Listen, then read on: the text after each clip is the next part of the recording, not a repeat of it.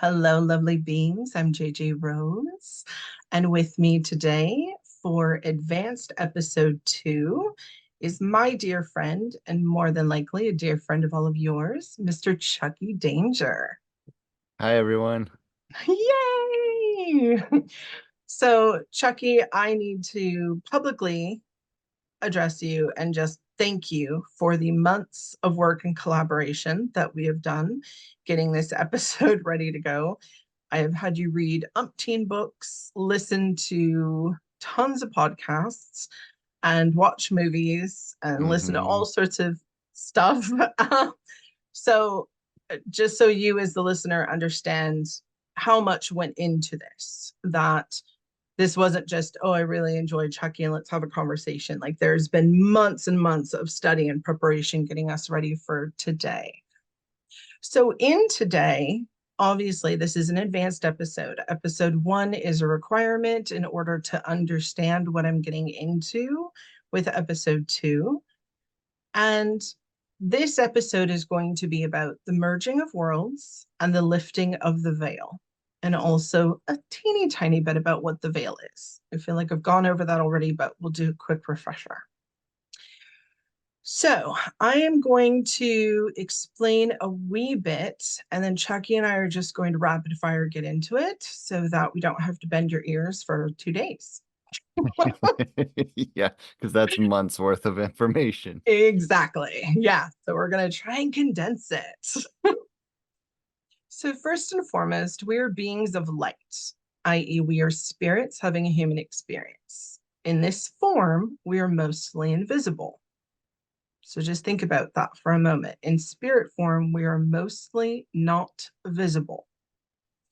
Through the UV light spectrum, y'all see why I got Chucky on this now, um, hmm or special sight of some, we can be seen in this form. But why then did we become physical beings? Do you think the lifting of the veil twice a year, well, in years past anyway, was a way to allow us to remember that we have come from spirit? There's so many mentions of this in so many different religions and spiritual practices from all over the world that this cannot be a coincidence. If we started off being a being of light from a higher dimension, in order to inhabit physical 3D space, such as our bodies and our planet that we're on now, we would have to quote unquote dumb ourselves down. This would require condensing ourselves into physical vessels. From these vessels, we forget a lot. And therefore, things from higher dimensions no longer appear as normal to us. We get fleeting glimpses and strange looking things and feelings. And even our friendly visitors have stated that they couldn't stay long on our planet, aka plane, because it would reverse age them. And I take that to mean forgetting. We have been coexisting with more than we could possibly understand this entire time, and yet none of us had a clue because of times like the Dark Ages, in which this information was basically erased and considered heresy. And so, therefore, it had to be converted to fairy tales, in which most fairy tales are real. Myths and legends also are real. So, again, I'm going to reference you to episode 1 if you don't know what I'm talking about in regards to our friendly visitors and some of the things that I mention in that. We are going to be discussing things like cryptids, higher levels, and interdimensional beings. And as a result of talking about those, I feel like I need to do a quick explanation of the dimensions according to physics. Now, I understand not everyone took physics or really understands physics, but I'm going to try to make it as easy as possible. I also have some wonderful visuals that are YouTube links from other content creators that I have in the notes of the show. So, second dimension would be flat shapes. It's basically just length and width. Okay. So, something flat. Third dimension, which is us, is length, width, plus height and depth. So solid objects, and they're able to move forward in one direction only, i.e., why we see time as being linear, and it's really not, but we also live moment to moment. Now, in the fourth dimension, you get to add in time. So, fourth dimensional being can move back and forth in time, timeline shifters, and they can also see the entirety of a timeline of a life or other lives. What does that sound like, Chucky? Someone who's a little fourth dimensional. That sounds kind of like a god. Yeah, and also of psychics, right? Oh, that too, yeah. Okay. So just regular old people who can see forward and backward in time. Remote viewing and past life regression and There you go. We have the technology. So in the fifth dimension, this is where things get a little complicated because time now exists, but in different paths. So you can present in different locations at the same time. So bilocation, trilocation, multi-location, i.e., you can be in multiple places at the same time. Does that make sense so far? mm-hmm. Okay, good. Parallel universes would exist. One could multitask forwards or backwards. You cannot meet yourself directly, though. That's one law that the physicists have put into place. So, what would that sound like to you, Chucky? Someone who can be in multiple locations at the same time. Well, that sounds very high level. Besides people who can do that, but it also sounds like what you were saying earlier, gods, right? Yeah, gods. Okay. Exactly. Or higher beings, angels, things of that nature. Yep. So then Celestial when beings. exactly. So then we go into the sixth dimension, which is you can see all present, past, and futures of all timelines and dimensions. You can meet yourself in the past, present, or future as well. Hmm. So Imagine that. that would be something omnipotent, right? Mm-hmm. Okay. And then we have the seventh dimension where you have an infinite number of selves and you can move in between universes and all possible timelines. So that's very godlike-esque, correct? Yep. Okay. Then we have the eighth dimension, which is all possible planes to infinity, no physical existence, as they can appear or disappear at will. So, eighth dimension basically don't even need a body. You just are wherever you want to be. And then ninth dimension has its own laws of physics. All can coexist at the same time with lower dimensions, can travel to past, present, and future without physical form. So once again, we're getting into the eighth and ninth, where these things of these dimensions don't need a physical form. And then we have the 10th dimension, and that's the one that I'm going to end with. Yes, there are more dimensions than this, but for this episode and for me not to bore everyone with physics, which is amazing, by the way, I will end at 10. So 10 would be infinite powers controlling space and time in all universes, superstring theory, and all possibilities. This is also called where God resides. Make sense so far? Yep. So that would be like a being that can create universes. It could be anywhere and everywhere. So it's able to control space time, but it's not able to create universes per se, Hmm. Okay. but potential because it's superstring theory and all possibilities. So things get a little dodgy there. In my opinion, it's higher dimensions in order to actually create whole things, but you can still create things by just being in different places at different times, right? Mm-hmm. Okay, and having knowledge. So, again, I'm going to advise that this episode is going to deal a lot with science and spirituality. If you do not have a good grasp on physics and what I just said before made absolutely no sense to you, I please refer you to watch one or all of the three videos that I have in the description of the episode so you can get caught up. Sometimes it helps people to have a visual representation of something.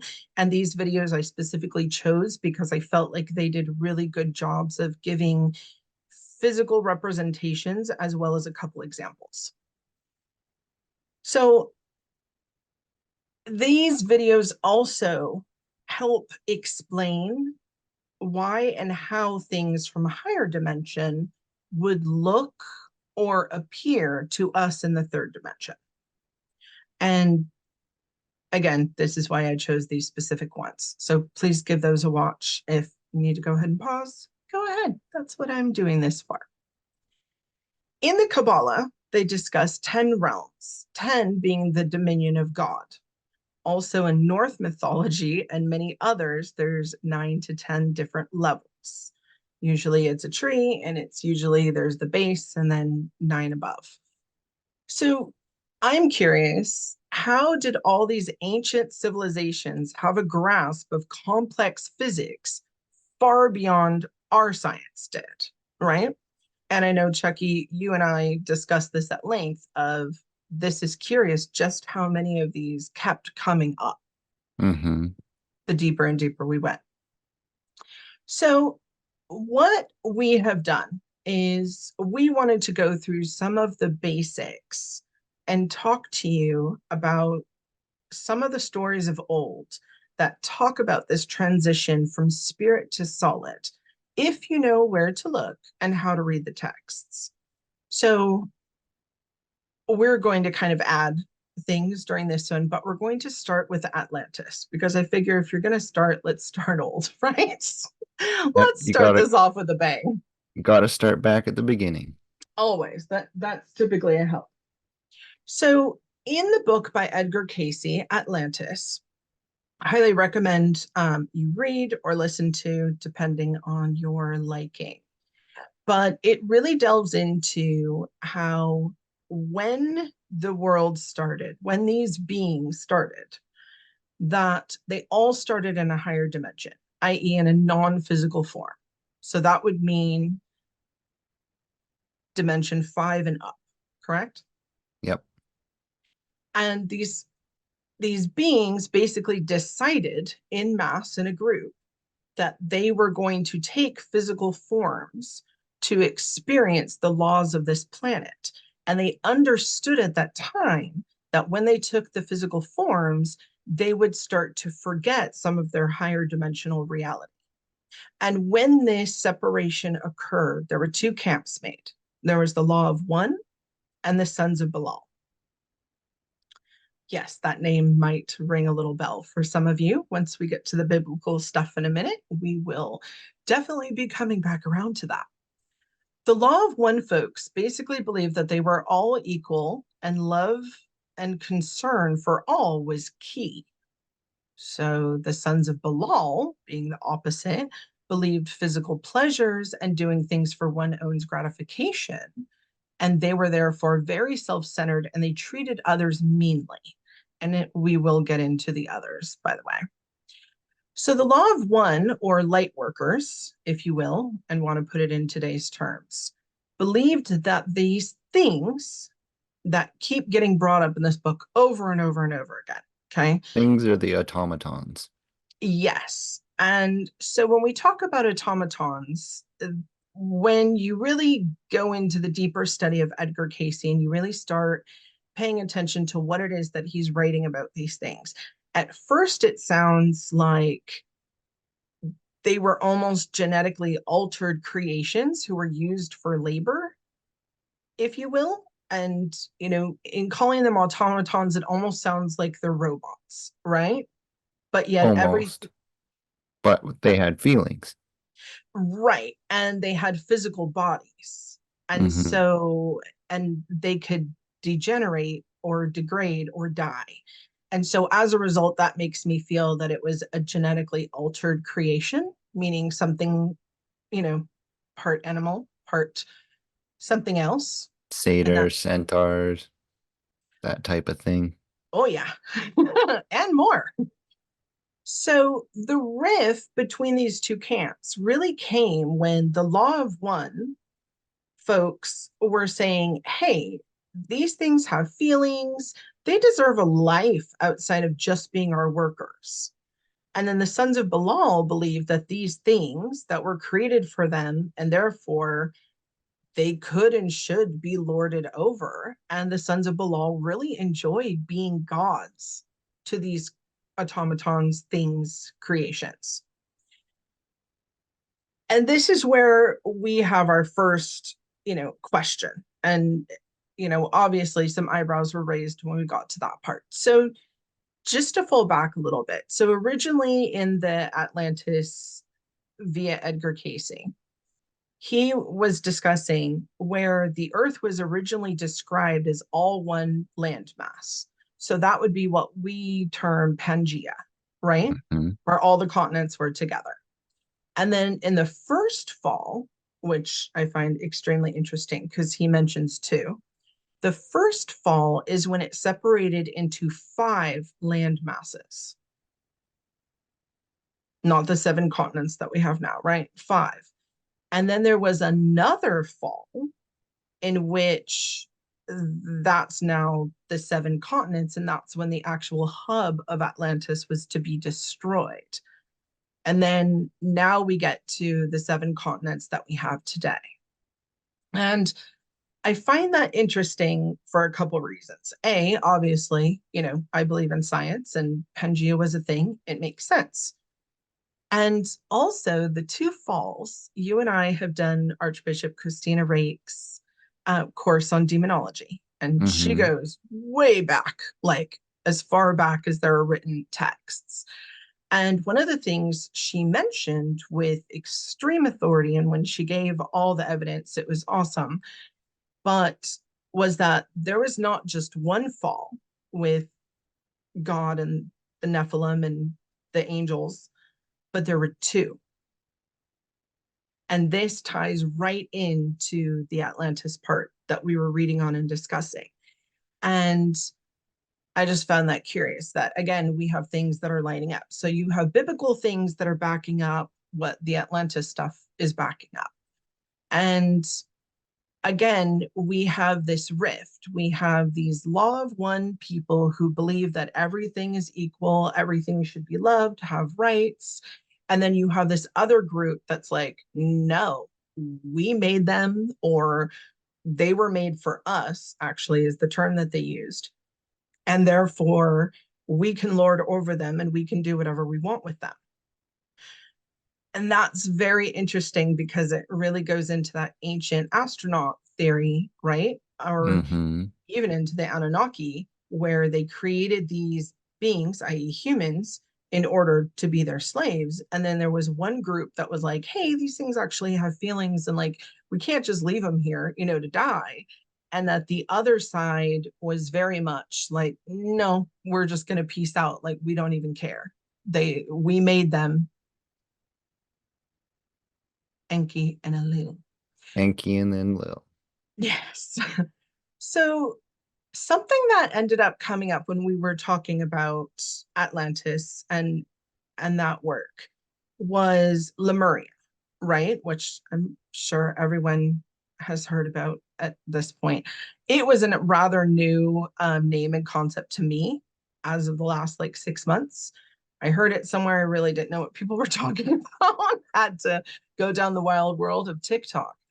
But you discovered some information about lemurs. And Mhm. the reason why I'm bringing that up is because, Chucky went down this really fun wild rabbit hole and I really feel that it's interesting. But Lemuria was called Kamari Kandam and in India, right?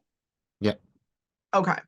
And it's in the Pacific Ocean between India and Madagascar, all the way to North America. It was a huge continent. Okay. So this would have been one of the five continents, right? When the first fall happened. Correct. Okay. Yep. And so there's a lot of legends and lore that are related to Kamari Kandam in India.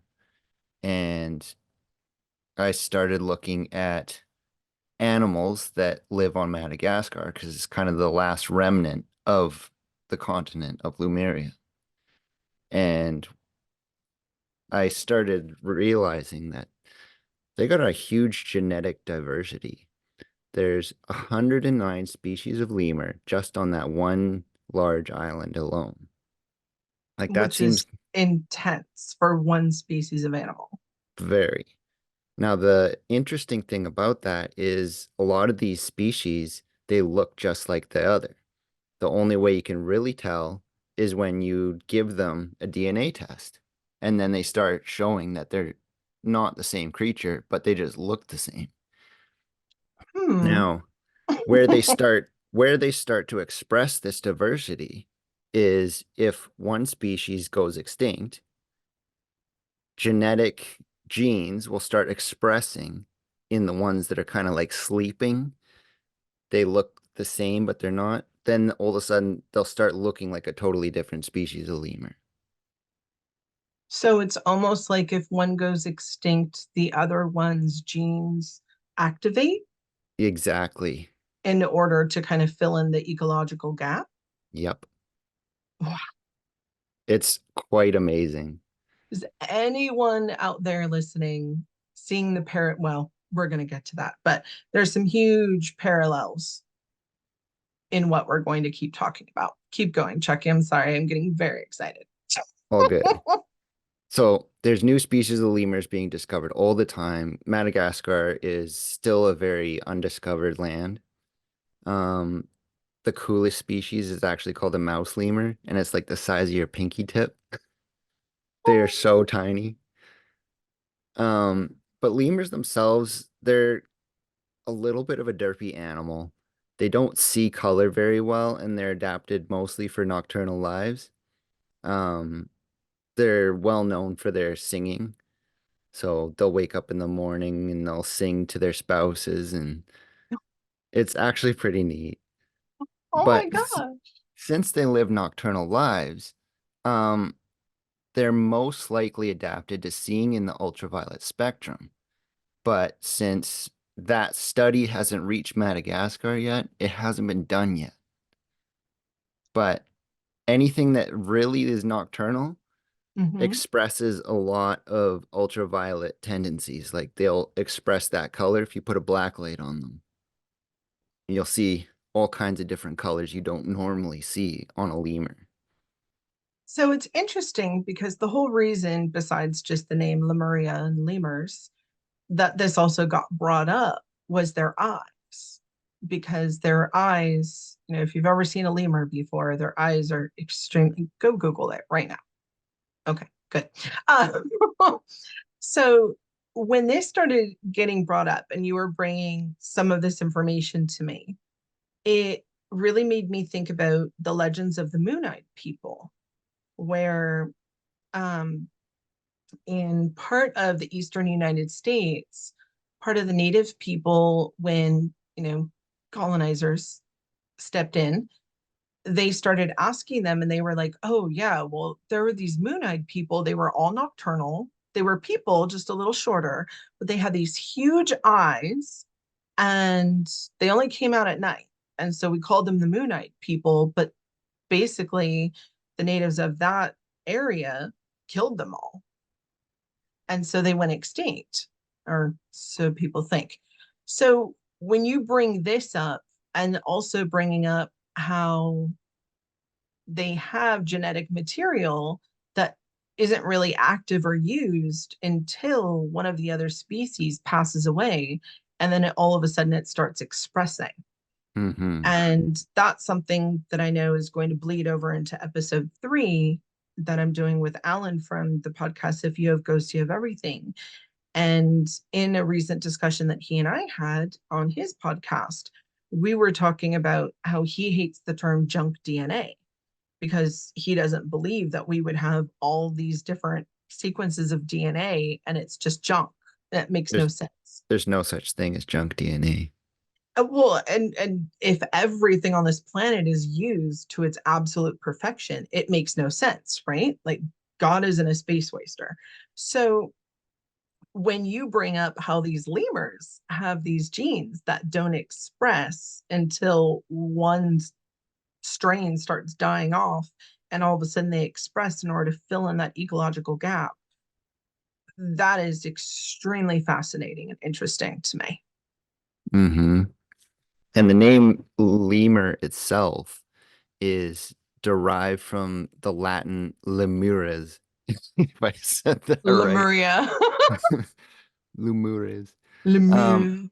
which refers to specters or ghosts that have been exorcised during the Lemuria festival in ancient Rome, which is kind of neat to even hear that Rome had an ancient festival for Lemuria. Mhm. Which again Uh, goes back to why Plato perhaps was writing about it. right? Because they had festivals about it. Yeah.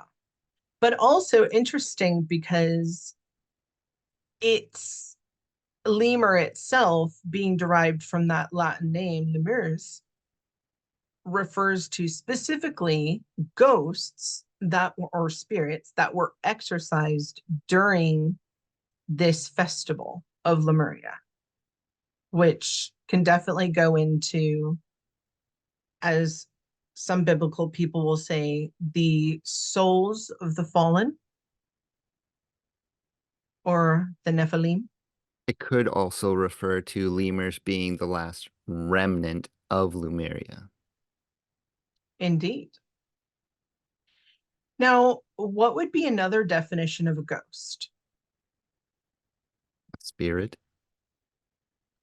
Well, typically, right, what a ghost is it's someone, a spirit of someone or something that was alive that is passed on, right? Hmm. But if something's not of our dimension, if it's from a higher dimension, wouldn't it appear like a ghost or a phantom? Yeah. Hmm, interesting. I'm sure everyone's understanding why I use the pause button a lot when I record by myself. So we then decided to delve into the Bible and specifically into the book of Jasher. Okay. And it I'm going to start and then I'm going to let Chucky take over because he did so much work in this book alone. And I listened to it. It was about 4 hours where I clutched my pearls many times, let me tell you. Um, I understand why Jasher wasn't accredited to the King James Bible. I understand Hmm. why, because there's definitely some issues in certain things that are said, and it's interesting though that the Catholics decided to keep it in. So the one thing that stood out to me from the book of Jasher is basically the first statement in the book of Jasher and the book of Genesis. It states the exact same thing. Let us make men in our image. So that immediately connotates that there was more than one God, creator, thing, God at the time, right? Council. Special counsel. Yes. There's some horrific ancient movie that is ridiculous that refers to the special counsel. So please bear with my jokes. Okay. So, Chucky, I'm going to let you take it away in this because I will just jump in and out with oohs and ahs and little points. But there's a lot in the book of Jasher that Hmm. dovetails to what we hear in the book about Atlantis from Edgar Cayce and in that origin story. Yeah, so Jasher kind of takes a lot of the Old Testament stories and kind of expands and fleshes out details that you don't really get in the main text of the Bible.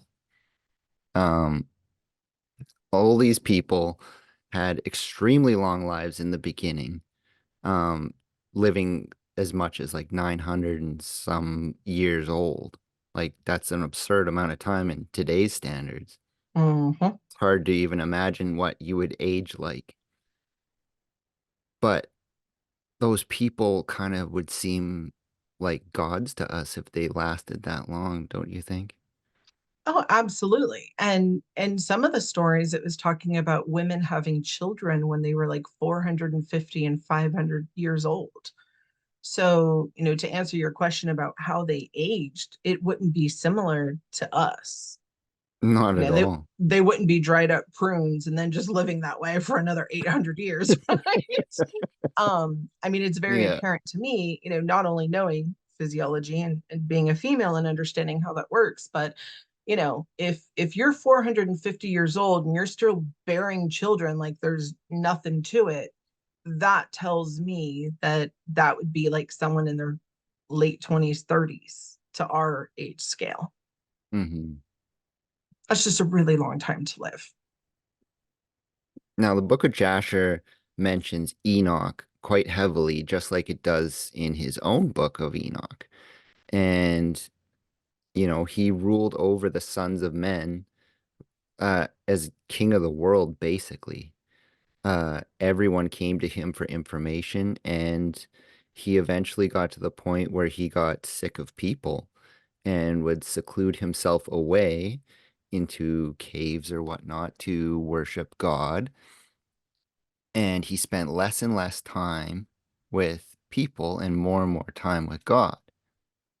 And eventually, he was asked to rule over the sons of God, just like he had ruled over the sons of man. There's a reference in chapter 3, verse 23 Mhm. for that.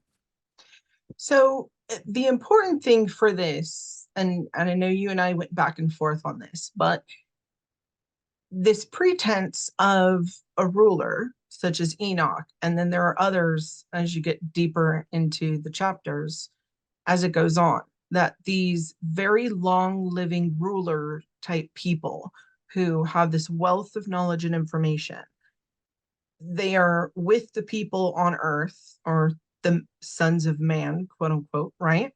Hmm. For a bit, imparting their knowledge, and then they go away for a while. And it doesn't really specify where they go. There was one reference that like Enoch would go up to his cave for like a year and just disappear. But then there were others where it would state that they would go to heaven and go hang out for like 6 months or a year, and would make little pit stops back in to be like, okay, is everyone still on track? Are we still doing all right? So I found that alone quite interesting, because it's not just Enoch. There are other ones later on in the chapters. But what also really was interesting to me is there's this very quick, I mean, it starts pretty much in chapter 2. There's two camps that are made where there's really good people who want to help others, and they're wonderful people. And then there's this other camp who takes almost delight at the downfall of others. And there's Hmm. this one story in specific where there's this one town that when a stranger comes, like people are wandering, right? And they come to their town, everyone in the town goes into their house and basically watches this person and won't give them any food, no water. They shutter everything up, and they watch this person literally starve to death and die. And they take It's worse than that. delight. They give them money first to spend in the town, and they And then don't no one will allow sell them to them, right? yeah, they don't allow them to spend that money.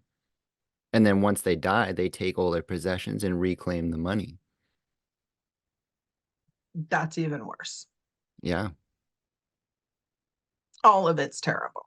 And Uh, that's just one of the cool things you'll find in the book of Jasher. Fleshed I out have to make a details. joke because, dear God, I'm not going to lie, Chucky, like that was a labor of love getting through that, because Oh yeah.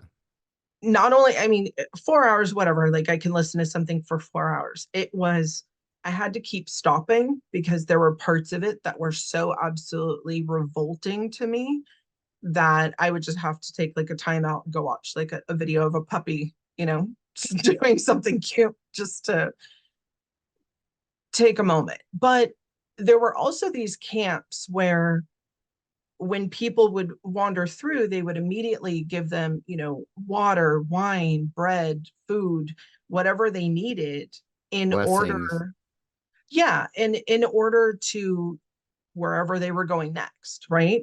And it really made me think about Göbekli Tepe and how it was this ancient pit stop place, right? Hmm. That's definitely taking, archaeologists by storm because of how old it is. But it's showing that in the middle of this vast, almost nothingness, there was this whole complex set up where people could come and, in the words of the archaeologists, trade, barter goods, whatever it was that they were doing. But it reminded me of these nice camps where these people would take these strangers in and feed them, clothe them, like whatever you need. You're stopping by. Hi, you're a friend to me. And that actually really starts in chapter 2 of Jasher.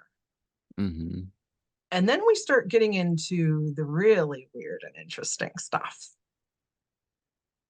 Yeah, so there's mention of when Adam was expelled from the Garden of Eden, God gave him special garments that would allow him to become a mighty man, much stronger than the average person. And this clothing is very special because it continues on for lineages throughout the Bible. It's not described in great detail of what it looks like, but they're But, but, handcrafted by God. okay. So not only is it made by their quote unquote God, Hmm. but the exact chapter and verse is chapter 4, verse 24. And the garments of skin which God made for Adam and his wife when they went out of the garden were given to Cush. Okay, garments of skin. So again, if you're a higher dimensional being and you don't necessarily inhabit a body or you're going in and out, like let's even just say you're fourth dimension or fifth dimension. So you have a physical body, but you're able to like go back and forth in time. So you're not as tactile as we in the 3D are, Mm. right? Hmm. And God gives you this garment of skin. Think about what it's saying. It's literally just saying it gave you a skin suit, which is a body, right? Yeah. And when Adam wears this, he's suddenly able to be super strong and do all these things that he wasn't able to do before. Like go hunt and lift up big trees and things like that. And what's really interesting is it's not just mentioned once and then, they do away with it, which originally is what I thought. I thought, okay, they're mentioning this once. That's kind of weird, right? But like, okay. And then you start bringing up all these different verses where in different chapters, they keep bringing it up of how people are taking it. And I mean, at one point, it's bequeathed to Noah, and then Noah's sons steal it, Ham right? steals it. Yeah. Yeah, and So then it ends up going to all these other people. yeah, Ham steals it and then he gives it to his son Cush, and then Cush hides it away for years.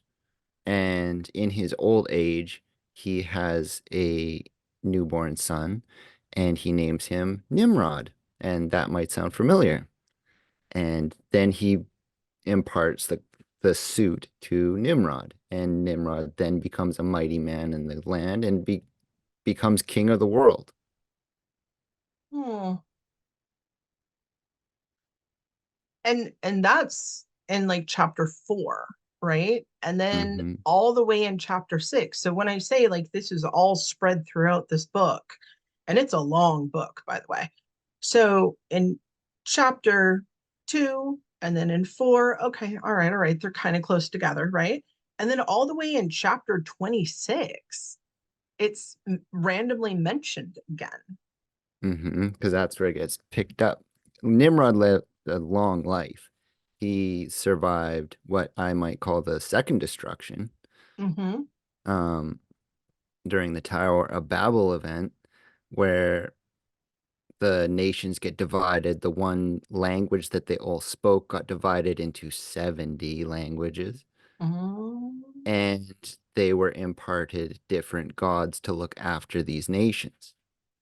And the God of the Hebrews looked after them, right? One God looking after one group of people, not one God encompassing all of them. And here's where we get different deities, different gods. And what was also interesting to me is there's a part of Jasher and then also a part of what was the other book that you had me read? Jubilees, that starts going into, so and so begat so and so and so and so, right? And there's a part that's just like, why are we really tripling down on this? But when you start listening to the names of the kids, and especially in Joshua, when it starts naming the children, and then it says, and then I sent them out, and they named an entire land after them and ruled over it.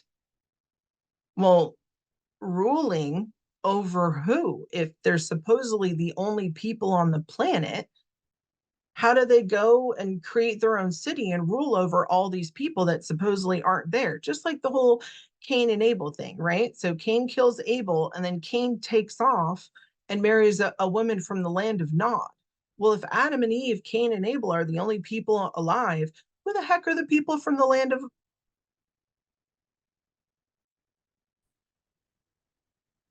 Okay, so we had a little technical difficulty. It makes me laugh that just as we're getting into old gods and this topic, that all of a sudden, yeah, Chucky's complete internet just completely died. And yeah. So anyway, we had a little water break. That was good. So basically, the book of Jasher is filling in, like Chucky had said, it kind of fills in a bunch of the holes from Genesis and other things in the Old Testament. But one other thing that it does is it really solidifies the fact that Adam and Eve and their descendants were not the only people who were alive at the Mm-hmm. time, because every time one of these people has kids, basically Noah and all of his descendants are told, okay, go over here and go make an entire city. Well, a husband and a wife alone can't go make an entire city, right? Because they wouldn't have anyone to rule over. It would just be them.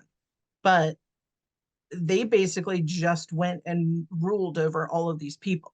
So that was the thing that it kept really solidifying for me, is again back to this whole, there's Adam and Eve and their descendants only are the only people.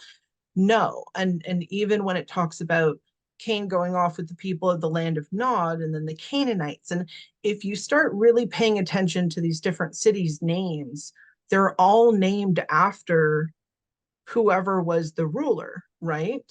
Which Mm-hmm. supposedly is a person from this lineage.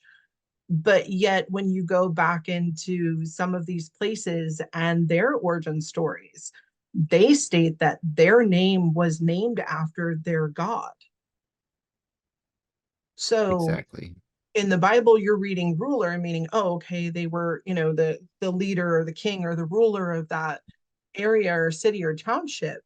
But in reality, it's more than that. It's putting together that these people were more than likely not, they were more godlike, which goes into Adam and Eve, eating from the tree of knowledge and becoming like God. Yeah, makes you And think. like you said, it talking about the land divided, which talks about Pangea to current. So there's so much in that book alone that parallels the Atlantean. I even came across this one sentence passage when it's talking about Joseph when he was living in Egypt and he's ruling, or he's in the house of uh the captain of the guard, and his wife is trying to seduce him and he wants nothing to do with it. So there comes a time in Egypt where the Nile floods and there's a festival for when the water rises and floods the land. And that made me think, why would they have a festival for when their land is flooded unless that rising of water signified the return of more gods? Hmm, interesting.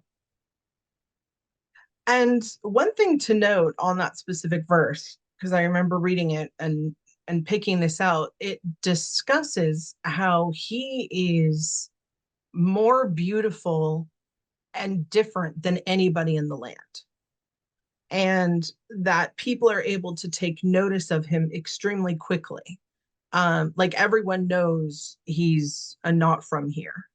And this isn't an ethnicity thing because at that time you have to remember there were a whole bunch of different ethnicities. Like everyone was just wandering around, right? So they kept mentioning his eyes were different. And in particular, like the the leader guy's wife was just real hot for him.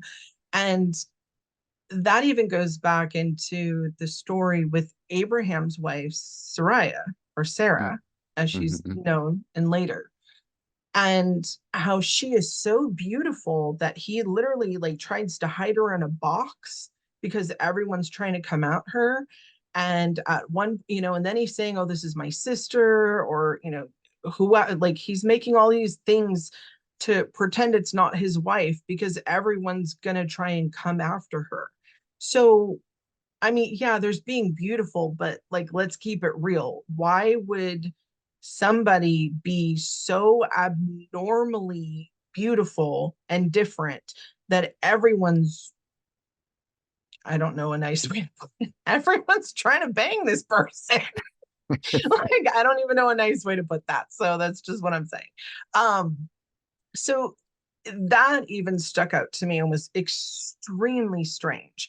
So again, though, it's all about lineage and it's all about where these people come from and that they're somehow genetically different from the other people of that time and that there's something different about them, specifically the eyes keep getting mentioned. Um, but they're considered so beautiful and that like everyone's just trying to smash. And abnormal strengths or powers, like Mm-hmm. much more intelligent than the average bear. Yes, way more. And Yeah. even Soraya in hers, I mean, she keeps her mouth shut most of the time, but even the fact that she was barren for so long is odd, right? But again, if you have a lifetime of like 700 or 800 years, it makes sense why she didn't give birth. I think she was like 480 or 500 years old until she finally gave birth, but she's considered quote unquote barren, which you have to remember according to, archaeology and all these things that were taught, right? Of that time period, men would have wanted a woman who was fertile. A woman who was barren would almost be like a shame.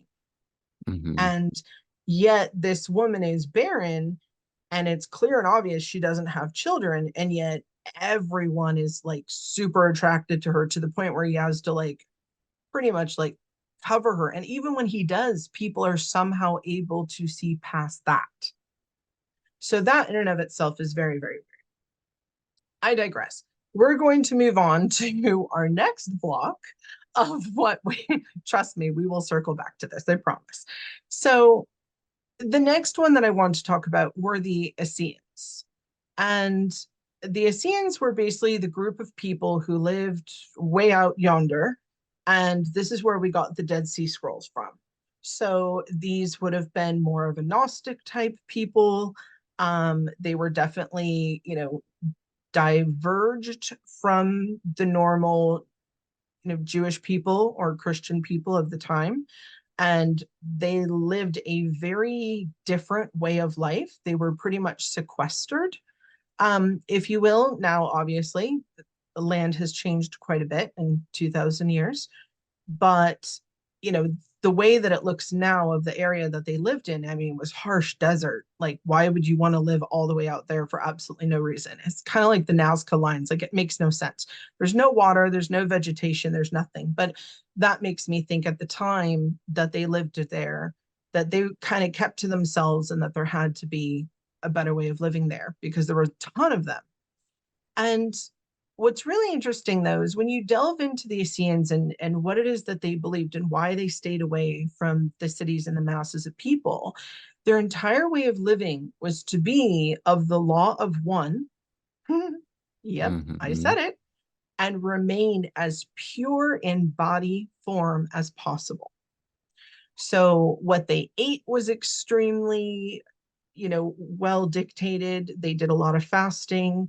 They were very much about this body as a prison, if you will, and the whole reason to gain further knowledge, wisdom, and understanding of spirituality and to go very, very deep was to break out of this physical body, which they considered almost like as a prison.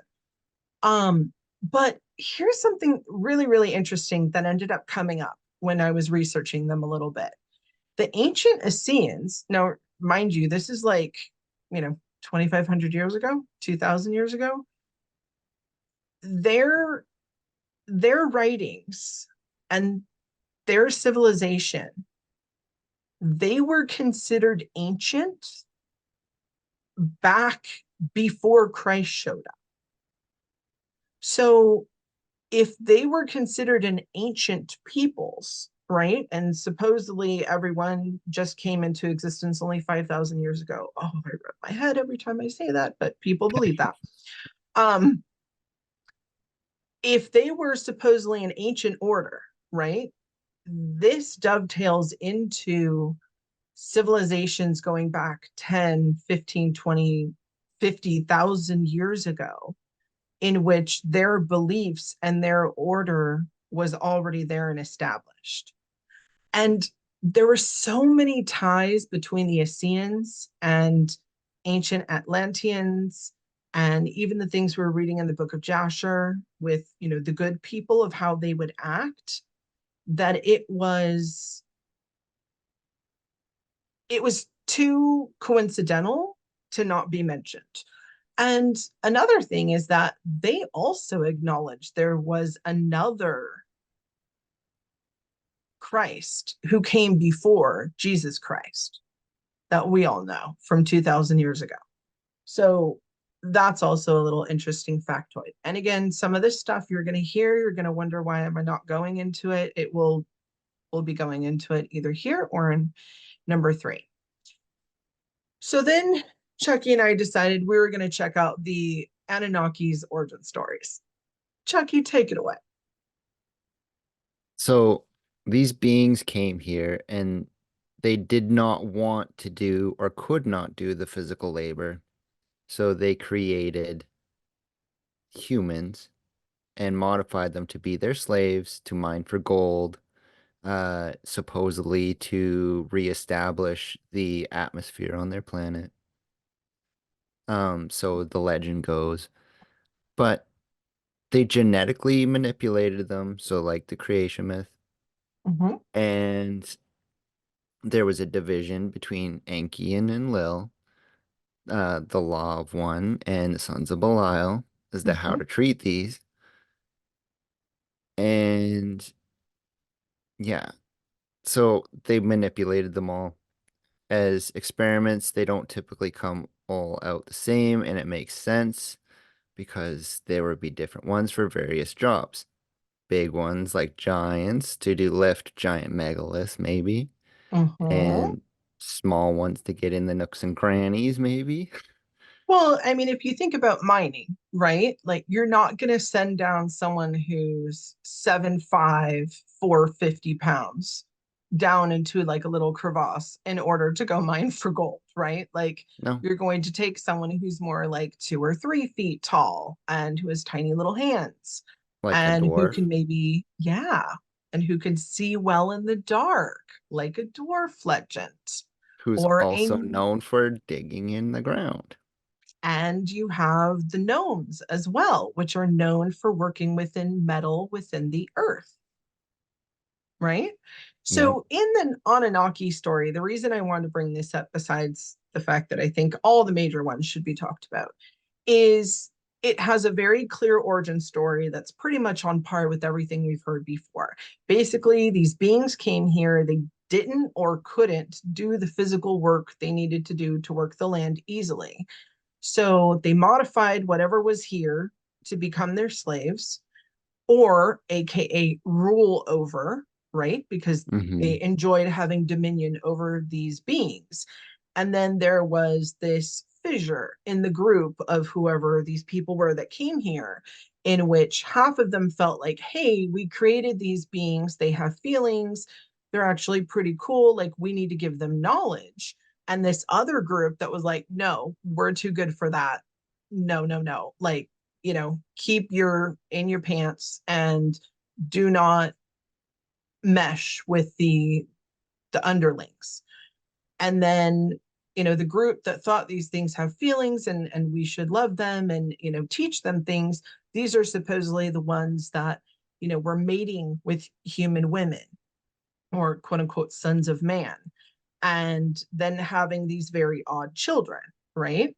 So, but again, if you're doing genetic experiments, it makes sense that there wouldn't be all one kind of humanoid.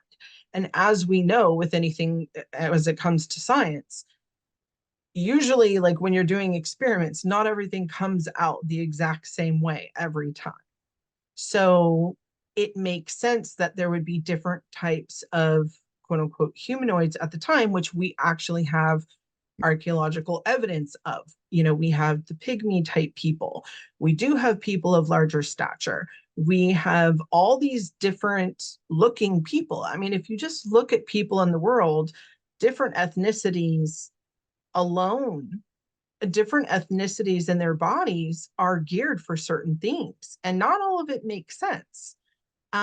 So there's one thing in particular, right? So some people have eyelashes that go straight down, kind of like how cows do, right?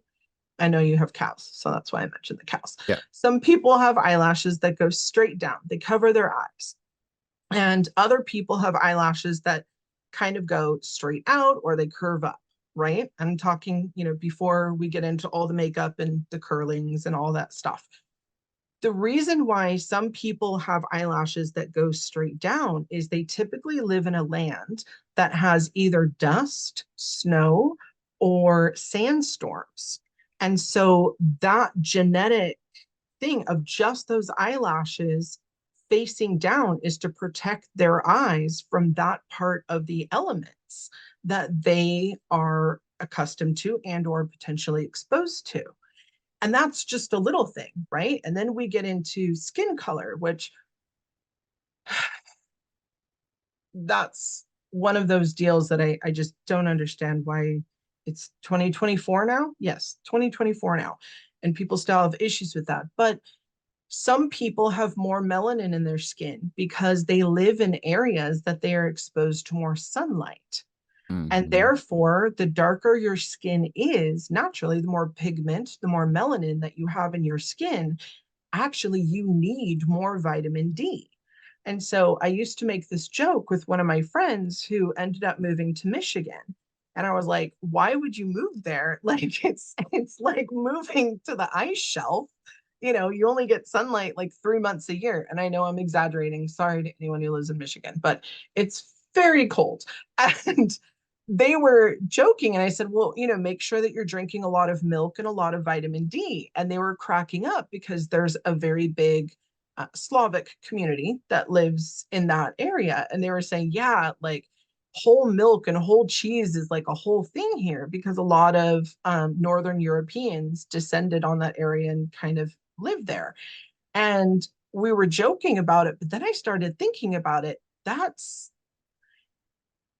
That part of their diet is so ingrained within them because they need that extra vitamin D, because typically, right, Northern Europeans don't get a whole lot of sunlight, which is also why their skin tends to be pretty pale, right? Like they don't have a lot of melanin because they don't get exposed to a lot of it. And then you go into other things where like the shape of someone's nose, and that goes into the different climates. If you look at the people who live in really high altitudes, their noses are automatically different than someone who lives at more sea level. And it's because you need a bigger nose orifice, right, in order to breathe in that air, because the air is thinner when you're up higher. So someone could look at everything that I'm saying and say, okay, well, this is just basic like science, genetics, Darwinism, the whole thing. But at the same time, isn't it fascinating that supposedly, if we all came from the same Eve mother, why do we all look so vastly different if we only evolved over what, like 5, 10,000 years? That doesn't even make sense. So, what does make more sense, though, is genetic manipulation in different areas of the world that at first everyone probably would be relatively the same if it was Pangea, right? Because everyone probably culminated around a specific location. But then as the continent started to drift and become 5 to 7, and we had vastly different climates, it makes sense that there would need to be other genetic manipulation involved so that species would be able to survive. Adaption. Exactly. Sometimes it's just the dormant genes turning on or off, just like the lemurs. Just like the lemurs. I love that one. So, with the Anunnaki, it also is talking about the same thing as the fallen angels in the Bible, where these beings felt bad for these creatures, aka the things in Atlantis reference, or on automatons. It's a very hard word to say. And basically, started coupling with them as well as teaching them to take care of themselves. And in some of the things that were reported, not only with the Anunnaki, but also in the Bible, they're teaching them things like how to wear makeup and how to deal with plants and medicines. And the art of war. And exactly. Now, again, if you're all from the same line of people, why would you need to learn the art of war? Who is it that you're killing?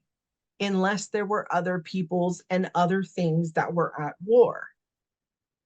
I'm And hoping from what people are I picking up learned, what we're putting down. the Atlanteans had beef with the Lemurians, so thus you need to know the art of war. Exactly. So you have different gods, if you will, ruling different peoples in different areas. And then you have hostile takeovers in which they would need to know the art of war and weapons, right, in order to defend themselves from things and others, peoples. It all And makes sense. here's where the desire part of this would come in. So, say you're a happy family, you have a daughter that is ready to be married, and a god wants to marry your daughter. So, you offer your daughter to this god, but for a dowry, you get all this knowledge and possibly technology, right? So, there's a trade. It's not just a one-way street. Mm-hmm. They offer the chance for your son or grandson to become a ruler in the land, much more powerful than everyone else around, a demigod, right? Mm-hmm. Men of renown. Exactly. Men of renown, aka Nephilim, which would be part god, part human. Legends of like well-known ones like Hercules and Perseus and all those Greek bad boys. Oh, there's actually some mention of Plato, even potentially being one. And technically, if you really want to go down the Nephilim route, technically Jesus would be considered a Nephilim because his mother was human, right? Father was God.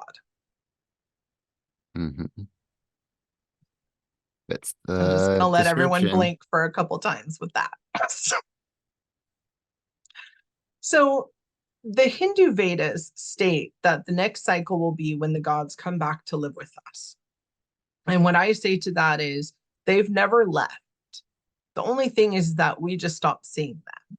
We formed religions that made them all etheric and non corporeal and leads to mass blocking out of acknowledging them and potentially fighting with them, causing us causing them basically to want to leave us alone because we became dangerous to them, and or we just stopped worshiping them because certain religions caught on and other ones didn't.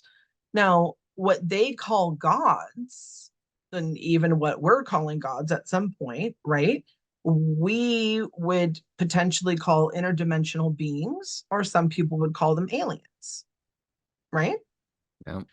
And there are so many other creation stories in which some beings remained gods and others mixed with humans or the beings and people things that they lorded over. So like we just went through the greatest hits of the ones you've probably heard about and maybe, weren't sure where to look, but there's a lot more. If Everywhere in the world. everywhere. So if every single major culture has an origin story with pretty much the exact same story, just they word it a little different or it has different names, might want to give that a little bit of credence, huh? And whether you want to call them aliens, fae, cryptid, angels, demons, it doesn't matter what you call them because all of recorded history are describing all of the same things. So, since Chucky enjoys a good cryptid, who doesn't? Um, I actually wanted to delve into a little bit about animal human hybrids because obviously this comes up with ancient Egypt, right? But it also comes up when we're talking about some of the Greek and Roman gods and how they're usually represented by specific animals and or they can morph into different animals, right? Like Zeus. Um, Or and like the son of King Minos who became the Minotaur. yeah, things like that. So Atlantis itself was rife with these stories. And it's actually a place where when the fall of Atlantis occurs, people could actually go to this specific place. They had them all over, almost like what we would call a hospital today, in order to get the more animal parts of themselves to be healed, to be more human like. The So, this Temple is, of Cleansing. yes. And, if you just hear Temple of Cleansing and you're like me, you're like, oh, it's like a spa, right?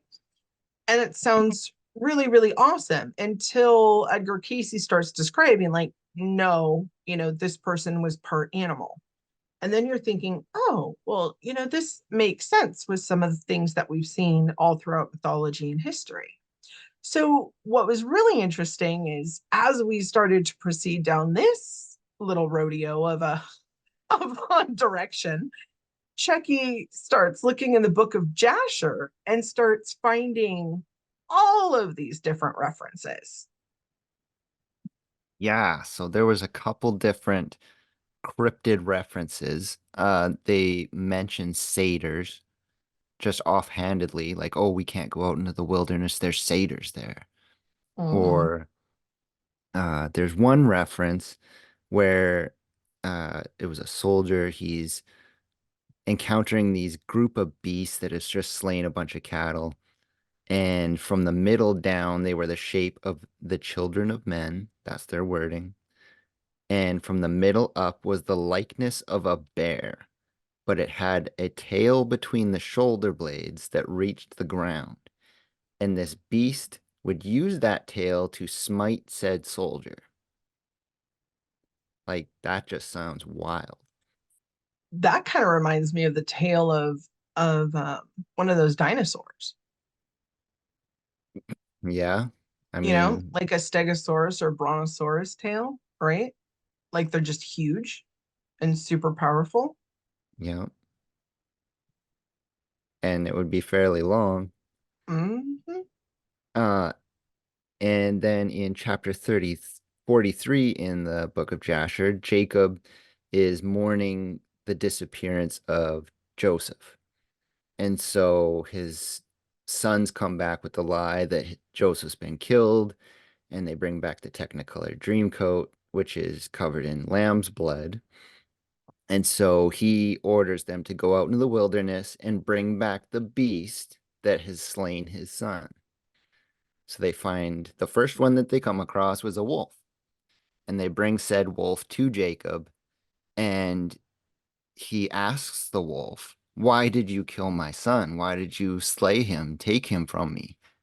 And quote unquote, God opens the mouth of the wolf and it professes its innocence, saying that the flesh of man has never entered its mouth, and it too was in the region looking for its missing son. So now we have a wolf that's talking. Yeah, talking wolf. Um, So, that goes back to the dog people, yep, right? Or wolf people, dog, wolf, whatever you want to call it.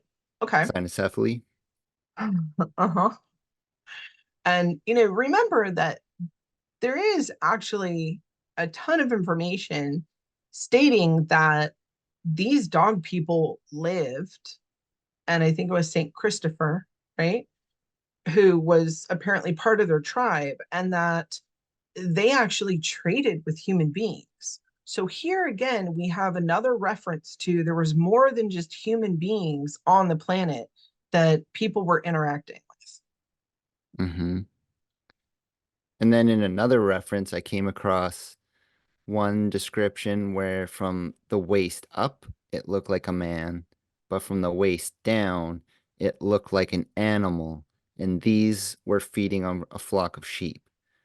And there was a certain soldier, I can't remember his name off the bat.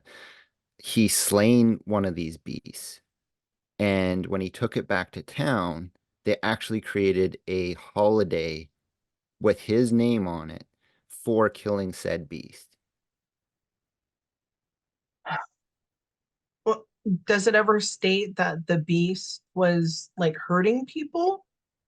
It was killing their flocks. So it wasn't hurting people, it was just killing their flocks. Yeah.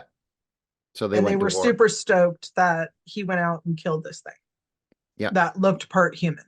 Which is why you might not find these today because everyone went around smiting them. Yeah, there was a lot of smiting in the Old Testament. Yep. Lots of smote, smoteness. So there were a couple other ones, Chucky, that you were telling me about, and they were kind of blowing my mind because the first one with the kids totally Hmm. reminded me of big feet or Bigfootai. I don't know what you call them in plural terms. Sasquatch. Thank you. Um, yeah, so in chapter 68 of Jasher, this gets into the persecution of the Hebrews after Joseph's reign in Egypt and kind of like the prelude before Exodus. Um, so the women were going out into the wilderness to give birth because they couldn't have their children in the cities because there was an order from Pharaoh to kill their male children, I believe, at the time. And so God sends angels to look after the abandoned Hebrew children in the wilderness. He gives them two rocks to suckle. One gives milk, and the other gives honey from rocks. Okay. Now, they grew hair from the tip of their head all the way down to their knees to hide them from the Egyptians. But not just that, the earth would swallow them up. They would grow up inside of the earth, and then they would be spat back up once they had grown old enough to look after themselves. So they would basically go to like these children are living underground by themselves, sucking on rocks that are giving them milk and honey, right? And Yep. growing up. And that sounds extremely Fae-like to me. Yeah. I mean, with all the old lore of the Fae, with the changelings, right? Where people would change out their children for favors with the Fae, and their kids would basically grow up off of milk and honey in the Fae realm. Because you, okay, I'm trying. Well, I don't put my face on here because my eyebrows about back in my head right now. Uh, so think about a human child, okay? And I love children. They're wonderful. I've raised many of them, taken care of tons. Human children do not take care of themselves when they are babies. I No, they are it making no sense, right? Like we as a species, it's amazing that we even survived because we're absolutely useless until we're about a year and a half, right? And we can start crawling. And even then, we can't really talk, right? We can cry, we can scream all we want to, but for the most part, we basically lay there like little slugs and do absolutely nothing unless someone does something for us. So the fact that human children are sucking on rocks of milk and honey and then growing their hair so long to keep them hidden. It sounds like Sasquatch. And then they're going to the earth swallows them up and then spits them back out when they've grown up. It sounds like they're going like to the fairy realms, right? Or they're living underground. But again, it's saying God sends the angels to look after them. So, you know, these angels now are like advanced babysitters. I'm just saying, there's a lot there. quite a lot. Can Um, you tell I feel some type of way about yeah. So then we hit chapter 80 and we start to get a greater explanation of the plagues of Egypt. Now, they are much more horrific than what the main text of the Bible describes them as. Like I'll gotta say, having it? Yeah, having sorry, I tick have to laugh or I'm gonna cry. Yeah. having ticks up to your waist crawling around on the ground is pretty horrific. Having all the frogs come out, but every time you even take a glass of water and you take a drink of that water, you have frogs appear in your belly just from drinking water. Mhm. That's pretty horrific. Yeah. So these Egyptians obviously would go run and hide for cover from all of these pestilences. So they would go hide in their houses. Now, the god of the plagues then sends fiery serpents, uh, the locusts, and he also sends this creature called the Selena, which is the Kraken, whose arms were 15 feet long. It would crawl onto the roofs of the houses of the Egyptians, break holes in the roof, and then open the doors from the inside so that the creatures that were plaguing them could get into the houses and continue plaguing them. That was a wild ride. I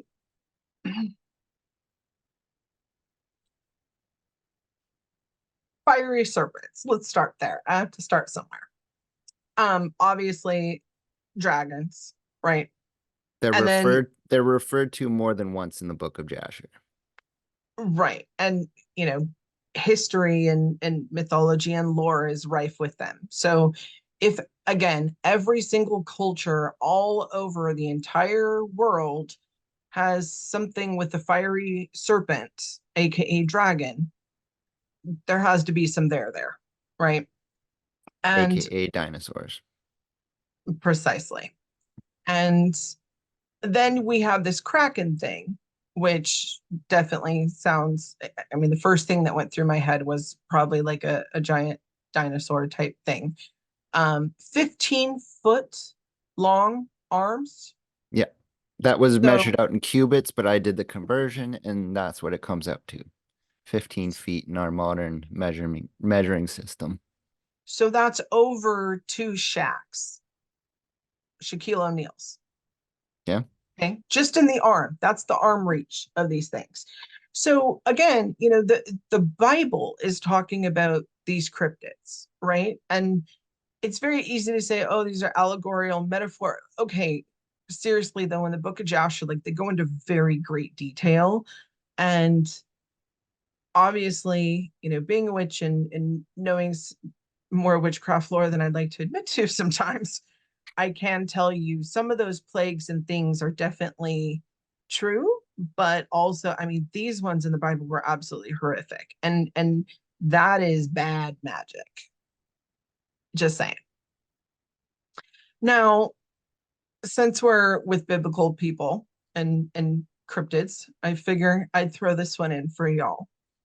So in 300 AD, Saint Anthony met with a strange being of small stature in the desert. He basically sees this being with a hooded snout, horned forehead, and extremities like goat's feet. So basically a satyr. Okay. The creature offers him a fruit off of the palm tree as an offer of peace. And then the being says to St. Anthony, I am a mortal being and one of the inhabitants of the desert, whom the Gentiles deluded by various forms of air worship under the names fauns, satyrs, and incubi. I am sent to represent my tribe. So this being is not only able to converse out loud with St. Anthony. So we don't know if it's telepathy or if he's speaking whatever language St. Anthony spoke or whatever. But like St. Anthony is actually like having a back and forth discourse with this being. And it's very clearly a satyr. And I have found so many different stories throughout history that were very, very, very well respected and known people who had engagements with satyr like beings. And they all said the same thing. They're very sweet. And they all basically said the same thing, which is listen, we just kind of like our tribe, we just want to exist. We kind of have to live in hiding because your people don't play well with others. So, you know, whatever favor they were asking for, they would ask, and then they would do something nice for the people if they obliged. In some cases, the people would, you know, madly run away screaming and be like, what just happened? So it's very interesting that, you know, again, we're getting all these different beings and they're all saying like, hey, we all exist at the same time. Like your people, like this one was St. Anthony. Oh, you know, there were people who used to worship us. It wasn't right. But like we're beyond that now. Can you do me a favor? It also kind of sounds like Mr. Tumnus from The Lion, the Witch, and the Wardrobe. How Ooh, that's interesting. Yeah. he was the friendly satyr that came to help the children, right? He wasn't a Yeah. bad guy. Not at all.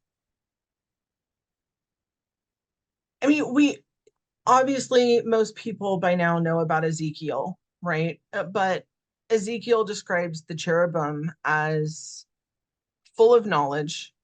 And when he describes them physically, he describes their appearance was like burning coals of fire and the appearance of bright lamps. It went up and down among the living creatures, and the fire was bright, and out of the fire went forth lightning. So these sound like orbs or light beings. Um, and Sounds a lot like an orb. it does, right? Because out of the fire went forth lightning. And I don't think I need to tell anybody all sorts of different things where orbs have shot out beams of light, or people have seen things that were, you know, all lit up. Um, it's even talked about, you know, when Moses came down from Mount Sinai that he was glowing. Yes, he was.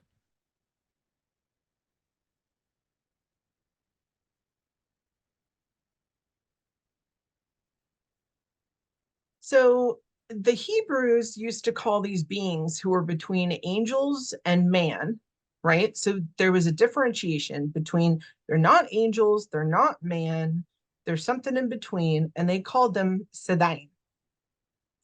And the Greeks, obviously, having to right do translation, transposed letters and then added a syllable, and they called them daemonias or daemons. They were considered to be an aerial race ruling over the elements, mortal and engendering, and more unknown to us in this time. Kabbalah actually knew how to communicate with these beings, aka the inhabitants of the air. And that one is huge because you have an ancient part of the Jewish tradition that actually knows how to communicate with these things, that understands that they're real, knows how to communicate with them. I can attest to that. If you listen in part one, I, told a story about a friend of mine who actually went and had an experience with one of these beings. And it was very physical, tangible, just like you and I.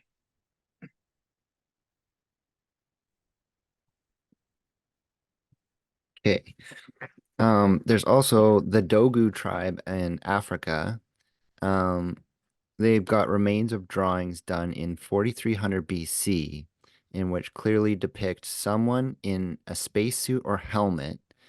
Um, and they have modern day dances in which they try to replicate this. Um, Mhm. the tribe also knew celestial alignments and things we did not discover until fairly recently with telescopes. So they had the knowledge of the heavens in which they should not know. And, then we have the ancient Maya who knew about black holes 2,000 years before we discovered them. And who knows how long they knew before that, right? Like, that's just when we think that carbon dating, that we know that they knew about them. There was Viracocha in Peru, who was said to have left through a cosmic door and was promised to have come back. Again, another being who comes from somewhere else, who's relaying a whole bunch of knowledge and is like, hey, see you in a bit. Quetzalcoatl from the Aztecs, same thing, said to have left, promised to come back. Now, excuse me for coughing. Um, if you're not familiar with Mexican culture and the Virgen de Guadalupe, there's the story of Our Lady of Guadalupe, and there's a thing called the tilpa. So I'm going to tell this story as condensed as I can. If you want to read more on it, there is a ton about it. But it was riveting for me. And I have a friend who went and did her homage because she's named after her recently. So we were discussing this.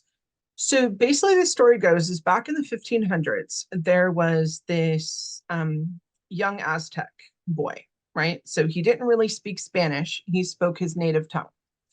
And he is just kind of like living his life, right? He's going out to go get food, pick berries, whatever it was that he was doing. And he ends up seeing this cloud on top of this hill. He's like, well, I've got to go up there to get whatever it was that he was getting. And he walks into it and he sees this beautiful glowing woman. And she basically tells him, I need you to go and run this errand for me and tell the priest of the Catholic Church that he needs to build me a church right here on this hill. And the boy is like, can you please send somebody else? Like, I'm this lovely little servant boy. This priest isn't gonna take the time to even talk to me, but seriously, like, find someone else, lady. And she's like, no, I asked you to do this. So, the boy complies. He knows something extra is happening, right? So he goes, kind of, the priest and everybody there kind of laughs at him when he says it. He goes back to the lane. He's like, I told you to pick somebody else. They all laughed at me. And so anyway, this goes back and forth a couple times. So basically at the end, she was like, okay, I'm going to give you a sign. Um, Go ahead and give these roses to the priest. And he had this thing called a tilpa, which it's almost like a serape, except it's more kind of like a blanket that you throw around you. And so he takes it off and he gathers these roses in this, right? She made this very beautiful arrangement in it and he folds it up and he takes it back to the priest. And again, these priests are all kind of laughing at this kid, like, okay, whatever. And so the kid accidentally trips and the tilpa unfolds. And the kid in his mind is thinking, oh crap, right? Like all these roses, the beautiful arrangement just fell out. Like now it's going to look like crud and no one's going to believe me. And everyone in the room went from laughing at this boy to like on a dime, just freaking out. And all of a sudden, everyone's bowing before this boy. So this boy is very confused and he looks down, and where the roses were, that they're all over the place now, is basically this beautiful design. And it's the design of La Virgen de Guadalupe. It's the typical one. You can look it up, Our Lady of Guadalupe, if you need it in English. Sorry, I'll slow that down. But basically, it's a perfect outline. Now, this was done in, I think, 1560, this happened. And there's been tons of testing. It's still hung up in DF and in Mexico City at the church. And they've done testing on it, and they cannot figure out why, because the tilpa was originally all red. And basically what happened was the whole middle was like regular white, and then there's this beautiful, very intricate design that somehow embedded onto this fabric. So they tested the fabric, and every other part of the fabric is normal, but this specific part they can't figure out. Like it's perfect. And someone actually during these scientific experiences spilled nitric acid on this thing, and it destroyed all parts that it hit of the tilpa that wasn't of this image. It like didn't even burn the image. So what's really interesting is at the end, the lady who told the little boy, she gave him a word. And so the boy, in his loose translation, said, Our Lady of Guadalupe. That's how the priest translated it. But what it really means, the word, stone serpent trotted on. Now you got to remember, this is an Aztec boy in old Mexico. So what's very interesting is in Revelations, it states, there appeared a great sign in heaven of a woman clothed with the sun, because this picture looks like she has sun rays on her. And the moon was under her feet, which the crescent moon is under her feet. And upon her head was a crown of 12 stars. So that whole appearance of just this lady appearing right in this cloud that like you would go in and things weren't as they should be, and then presenting these roses that weren't even in season, and then this beautiful thing that still stands to this day on this fabric, and then it being also mentioned in Revelations, which was written 1500 years before this whole incident occurred. It's kind of interesting, right? It also kind of gives point to an astrological sign that you could look for as well. And people have actually done the stars in her cape in the picture, and it actually, when you connect the dots just right, and again, people are able to do this, that's great. Stars just look like stars to me. Seeing a design in them makes no sense to me, but I get it, other people do. So people have actually done that with the stars in her gown, and it comes out to the exact celestial alignment that would have been on the sky on the date that this happened with the boy. Which is very significant. Indeed. Yeah. We also find the Aboriginal tribe, right? They're over 60,000 years old. They have this deity named Biame, who is a godlike being who taught them a lot and then promised to come back one day. And then we have this guy, I'm not sure if you guys have heard about him, Jesus Christ. I'm joking. Again, a man who came, taught a lot, and then promised to come back. And I talk a lot about the Gospel of Thomas and the Gospel of Mary, and I know they're Gnostic texts. But again, if you have not read them, please do. But in the They Gospel of, will blow your mind. yes. And in the Gospel of Thomas specifically, there's a point where he shares a secret with Thomas, Jesus does. And Thomas is stunned. And, Jesus leaves, all the other disciples come around. They're like, tell us, tell us, tell us. And Thomas is so in shock. He's like, if I were to tell you, you would throw stones at me. And then before the stones could touch me, they would turn into fire and then go back and burn you. Yep. So, I mean, Jesus dropped some major knowledge, right? And again, you went down the Nephilim a whole little bit, so I'll route that back. But Nephilim would basically be copulation betwixt a human and a demon or an angel, and Jesus would be considered one. Historians have also stated that Alexander the Great, Plato, Romulus and Remus, Emperor Caesar Augustus, and Merlin would also all be considered Nephilim. And supposedly, these people are all tall, strong, daring, and very magnificent, right? So you were talking about men of renown earlier, Hmm. Chucky. You know, could this be a product of interdimensional beings coming to our existence, copulating with humankind to refresh or infuse the gene pool that started getting maybe a little bit muddy because everyone was smiting and smoting each other and killing off different races? Very well could be. Or it could be the aspect of the sons of Belial trying to divulge their pleasures of the flesh. Oh, snaps. Okay, Chucky, I see you. Uh,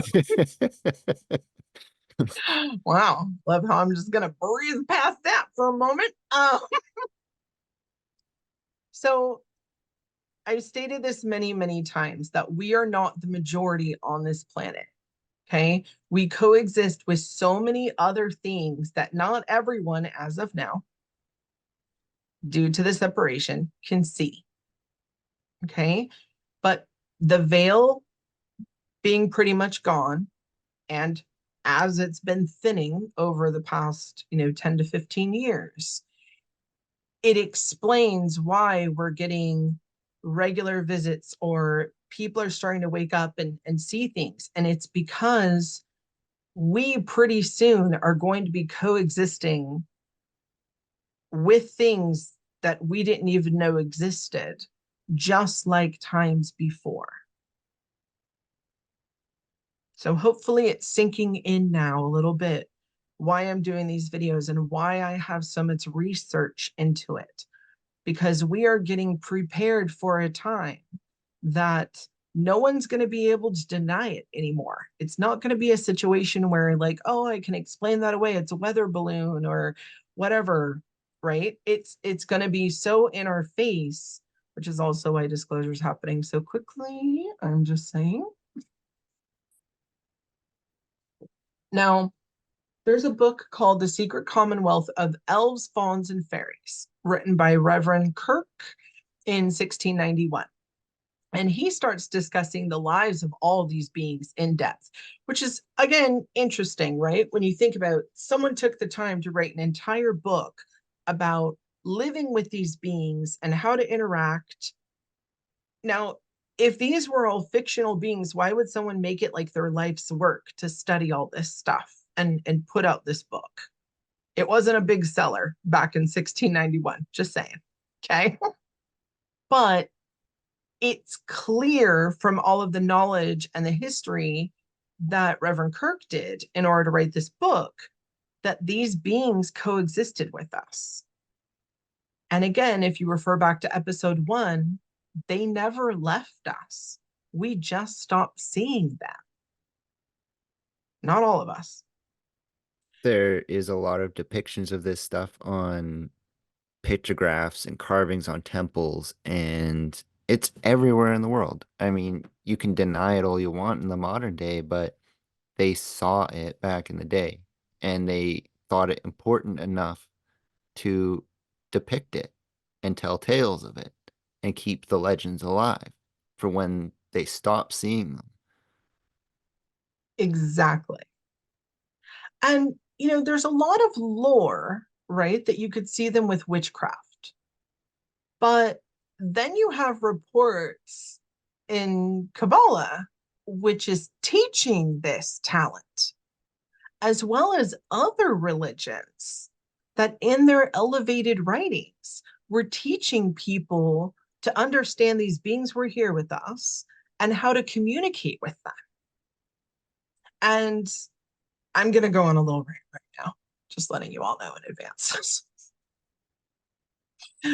Oh, thank you, Chucky, for being with me for this.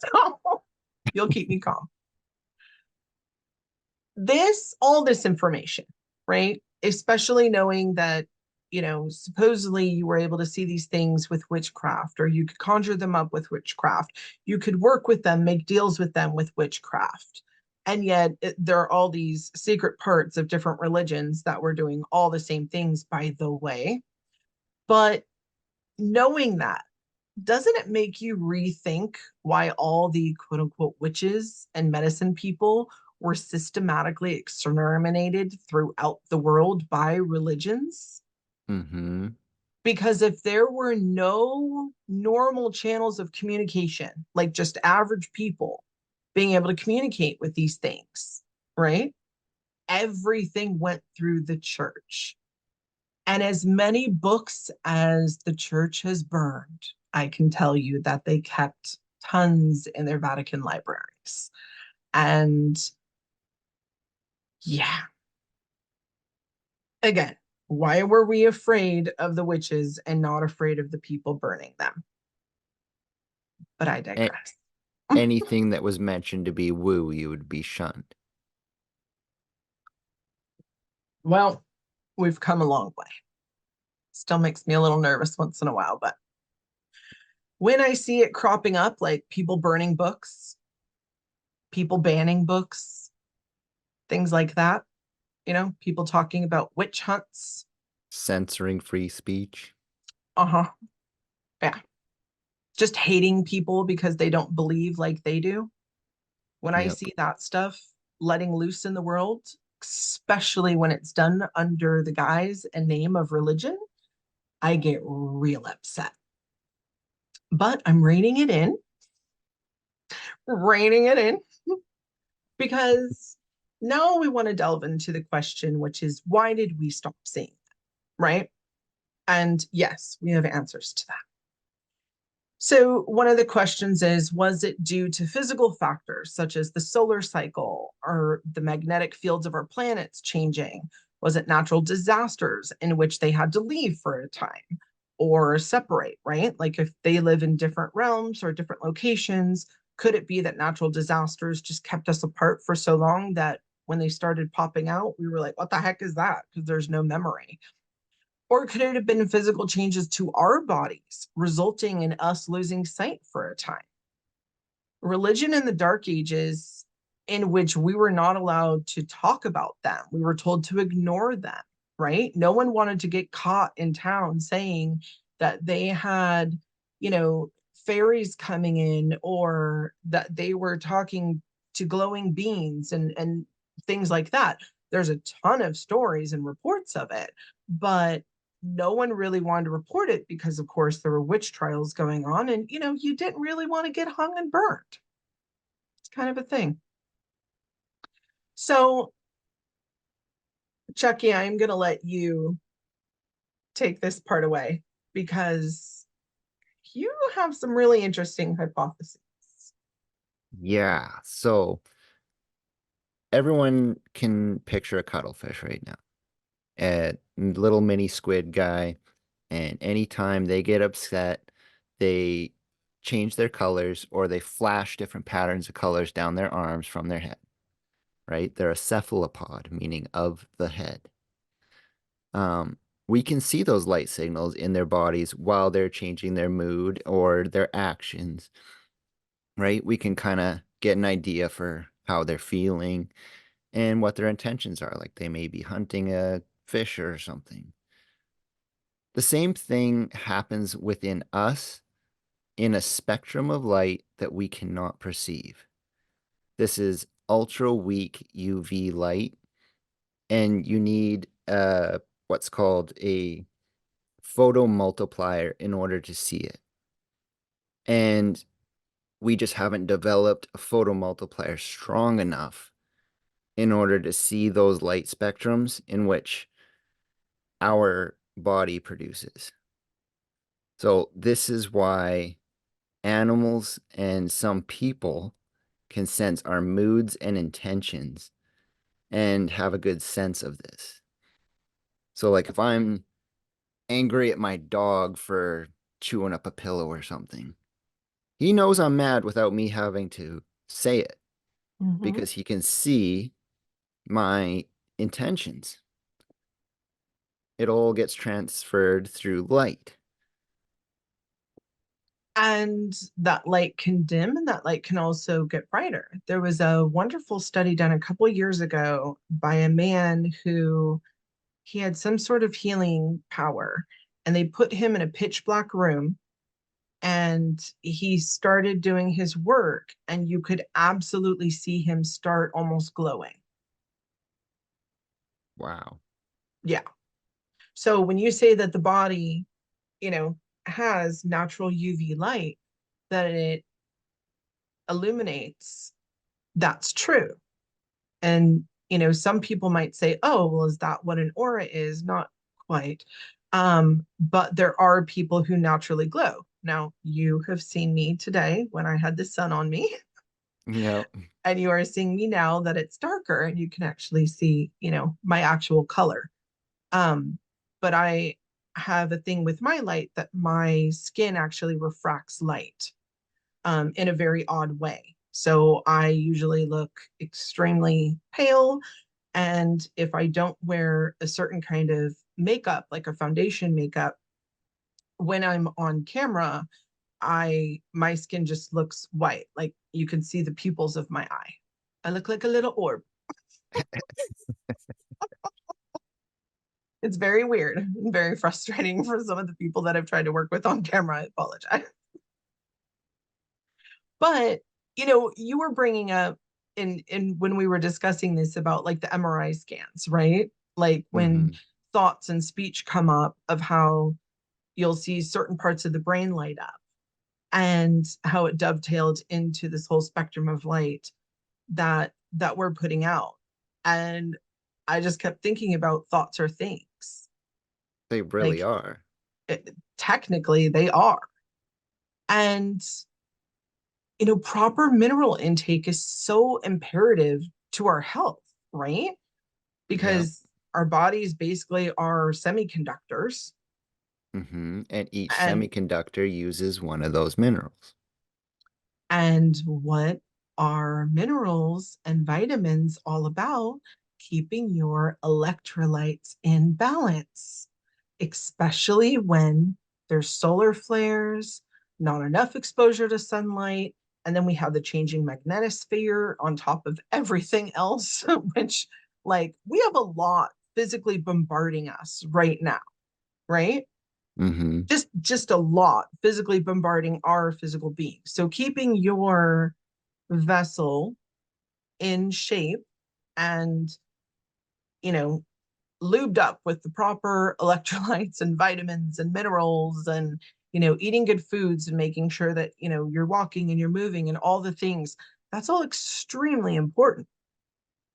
And, speaking of UV and solar flares and the changing magnetosphere, the solar flares that we've been getting have actually damaged our planet's magnetosphere to the point where it's not as strong as it used to be, Which which is was, changing things like the aurora borealis. yes, yes.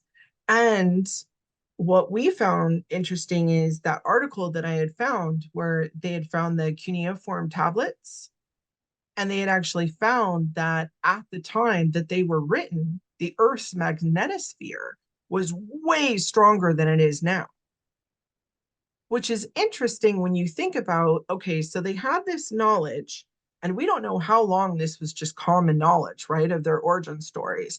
And then something started changing in the environment, and people thought, oh crap, we better write this down, right? Because like knowledge is going to get lost. And I found that interesting that when the magnetosphere was super bulky and huge, is when these things were written down. And currently we have the magnetosphere, which is diminishing. And now we're seeing this huge uptick in, you know, spiritual sightings. We've got interdimensional being sightings. Call them UAP, UFO, whatever acronym they're using now, sightings. And on top of all of these, we have cryptid sightings. Yeah, a sharp uptick in sightings of Sasquatch. You've got a renewed hunt for the Loch Ness monster because there have been reports of seeing it in modern time. Lots of sea serpent sightings from fishermen and even mermaids. There was a fisherman that was out, I think he was a shrimp fisherman, and he actually got it on video where these mermaids were singing to him from beside the boat, following him in the wake, like really fast. Like these aren't dolphins following in the wake of the boat.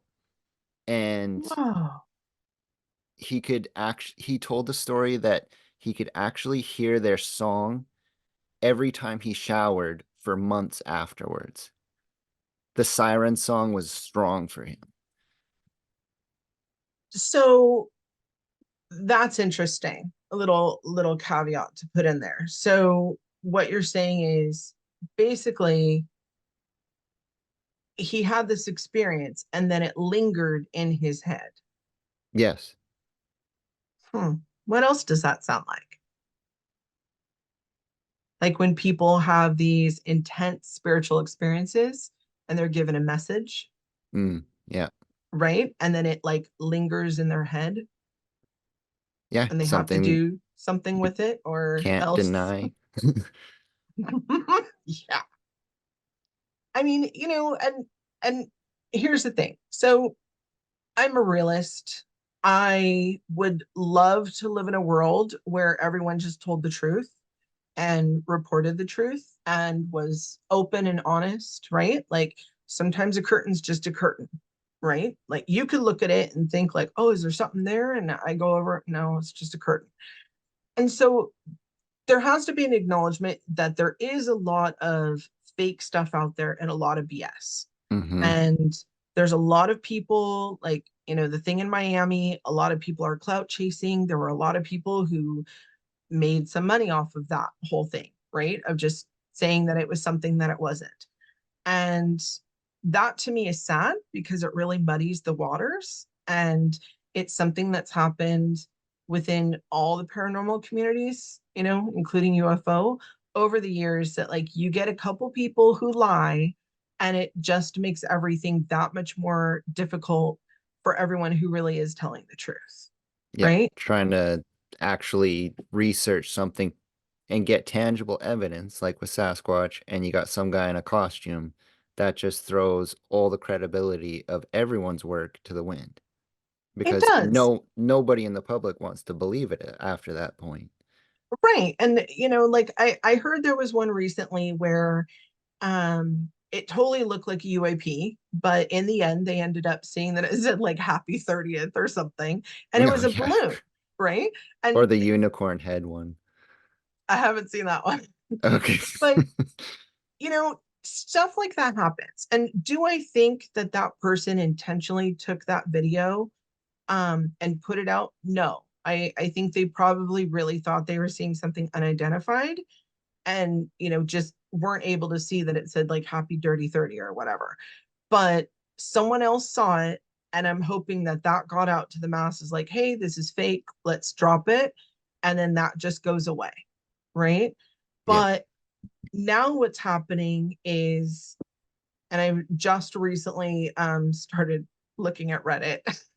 I'm very behind the times on all things social, just so y'all know. Like I take my sweet time. I'm like, I'm gonna pull out like 10 years a little late, see how everyone likes it. Um, but I started paying attention on Reddit, right? Because I was really interesting with some of the disclosure that's been coming out, how the general mass of the people are going to be taking it. And to be honest, I was really saddened because the majority of people we're dismissing everything. And now it's this whole, well, unless a UFO, ends up in my front yard, this is all BS. And I'm like, okay, so for years, you have wanted someone on the record speaking in the government, trying to uncover stuff. And now you finally get it. And now it's not good enough. Right. And so now we're just throwing everything out because now that we started saying the word interdimensional instead of alien, um, people either don't want to research physics or it's just too much. And so now it's, well, just let me know if I have to go to work tomorrow. And hey, I get it, but the apathy's got to stop, right? And for me, if in fact we are starting to merge with other dimensions, which we are, and we see that we are not the majority on this planet, okay?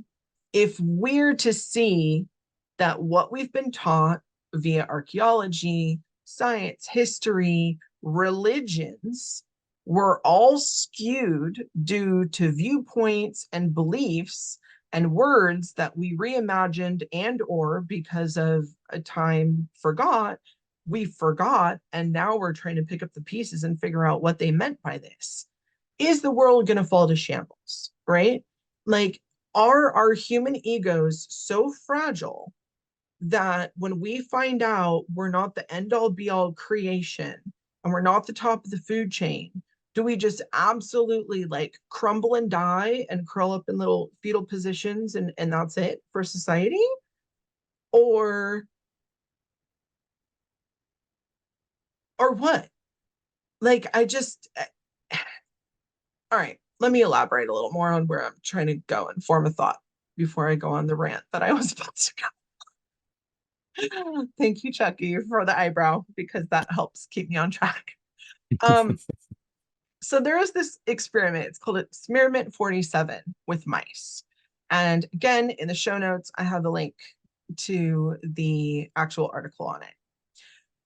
We are reenacting this right now in our current society, if you want my opinion. So the sad part is this is done in the 60s. And I'm just going to read this excerpt of the article because I thought it was really, really great. At peak population, most mice spent every living second in the company of hundreds of other mice. They gathered in the main squares, waiting to be fed and occasionally attacking each other. Few females carried pregnancies to term, and the ones that did simply forgot about their babies. They'd move half their litter away from danger and then forget about the rest. Sometimes they drop and abandon a baby while they were carrying it. Okay, that's like a little scary right there, right? Few secluded spaces housed a population called the beautiful ones. They were generally guarded by one male. The females and a few males who were considered the beautiful ones inside the space didn't breed, they didn't fight, they didn't do anything but eat, groom, and sleep. Okay, think about society right now. Think That's about the like quote unquote beautiful one. Instagram and TikTok society. They eat, they groom, they sleep. They do nothing else. They don't breed, they don't fight, they don't go out in public. They do absolutely nothing. They just kind of stay inside and linger. When the population started declining, the beautiful ones were spared from the violence and death, but they had completely lost touch with social behaviors, including having relations or caring for their young. Moral decay could arise not from density, but from excessive social interaction. Not all of the rats had gone berserk. Those who managed to control space led relatively normal lives. So, again, social media, right? People are having more anxiety than ever before. We're being consistently bombarded with information. We're being told, if you're not out there living the life of an influencer and you're slaving away at work all day, you're absolutely no one, call me when you get your Learjet, right? Type of thing. And so everyone's like striving to live this life that makes no sense. And the thing with mothering and the babies, I don't want to go into it too much because it's a very sensitive topic for me, and I I get really, really upset. But I have seen an uptick in stories about mothers not properly caring for their children. And I'm going to leave it at that because it's very disturbing and I don't want to start crying because I actually have makeup on and that's just not okay. But the other thing that this article was making me think about was people trying to move to remote areas, either to live without technology at all, like off the grid, or just to like, hey, I'm going to go move to Montana, middle of nowhere, just so I can have a little bit of peace. Because living in the city right now is like overbearing and too stressful. And obviously, during the thing that happened the past couple years that we don't name, in which the world shut down, there were a ton of people who did a mass exodus from major cities and they started living in rural places. And all of a sudden, they were like feeling better and living in a whole new way of life. And there was so much more of that happening than people even realize, right? And then, of course, when everything started to open back up again, people started moving back to the cities because everyone's got to work. And what I was noticing from hearing a lot of people moving back was, wow, I almost had my anxiety under control. And now it's like at level 12 again. And part of that is just the density in which we live in, right? Because people tend to live in clusters. We want to live around like the hub, right? I don't know about you, but the fact that I can drive 3 minutes and get to a grocery store is wonderful for me. If I had to drive an hour to a grocery store or to go get something, like that's not a way of life that I'm used to. Mm-hmm. For some people, it is and it's wonderful and you buy in bulk and I get it. Now, I don't know, say something on it, Chucky. Well, I think a lot of people are spending too much time investing their life energies and thoughts into other people's lives and not their own. So they're spending way too much time imprisoned in a reality that is just absurd and not focusing on living their own life. Like, Dude, I love it. I you love know, it.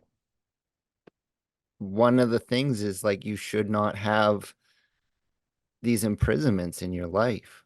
You're meant to be free. You're not supposed to be clamoring after what someone else has. What you have is just as good, right? Yeah. And the biggest thing for me is I've never, and I mean this with all seriousness, okay? There's going to be people who are going to hear this and probably think, what? And I'm not lying. I'm not joking. This just, there's two things that really aren't ingrained in me, and jealousy and guilt, right? So I wasn't raised with guilt, doesn't make sense to me because for me, I'm always in control of my actions and I think through my actions. So therefore, why would I be guilty? Because I made a decision at the time. I feel bad if someone got hurt by it, right? And I didn't understand that, but I'm not going to sit here and feel guilty about something that I chose to do. I'm just going to own it and apologize where needed and then move on from it. But jealousy is something that I've never understood. I mean, I understand it as a concept, right? But I don't feel it. Now, when I see someone else doing something great or awesome or wonderful or whatever it is, I think that's so awesome for that person. And if it's something that I think like, oh, that would be kind of cool, to like get that or look like that or whatever it is, right? That someone else is doing or has, the first thing I'm doing is, okay, what steps would I have to do in order to have that? Like someone gets a really cool car, right? Okay. And then I Dude, think about all the things that it would take in order to get that. And then I logic with myself and I think, do I really want to take the time and energy to do all that? And what does my life look like when I have that? Right. yep. And I think through all those things. And you know what? 99% of the time I'm like, nah, I'm good. Right. But Yep. I'm gonna use Kim Kardashian as a figurehead in my statement about this. So there's a lot of people when she really started coming up in the world, right, who were hating on her because she got famous because of what she got famous for. But let's not also forget that she, came from a family that was kind of in the Hollywood scene in and of itself, just because of what her father did and the big case that he worked on. They were already kind of in the public eye because of her stepfather and kind of what her mom was doing over time in and out of the industry. And, she owned it and she stepped up and she made influencing a thing. It really wasn't a thing before, until her and Paris Hilton really kind of showed up, just kind of being famous for being famous. And no one really understood because it was shock, right? We hadn't had that before. But look at her now. She's a lawyer. She's doing acting projects. She's got umpteen, different endorsements. The woman can do one Instagram reel and get paid like $100,000. So first of all, hats off to her. She also busts her butt in order to look the way that she does and to have all the things that she does. And yes, some of them, granted, she came from an affluent home and therefore you have a lot more opportunities when that happens. But I look at her life, and as much as there's things that hats off to her for doing, I think of all of that and I think, what, I would not want to live in a situation where I can't go out of my house to the store, right, or even take my dog for a walk because you're going to have the paparazzi all over the place chasing you. And you have people constantly just wanting to be your friend because they want to be in a picture with you and get clout off of knowing you. Like, all of that is just ridiculous. And, yes, I've shown my face now a little bit. See, I told you all, I'm very normal. I'm not that special. I just didn't want my face to be plastered everywhere in the beginning because I didn't want it to be about me. I wanted it to be about my content and what I'm talking about. And I feel like exactly what you were saying, which is the living your life trying to be like someone else. Be a first class you and not a second rate somebody else. Yep.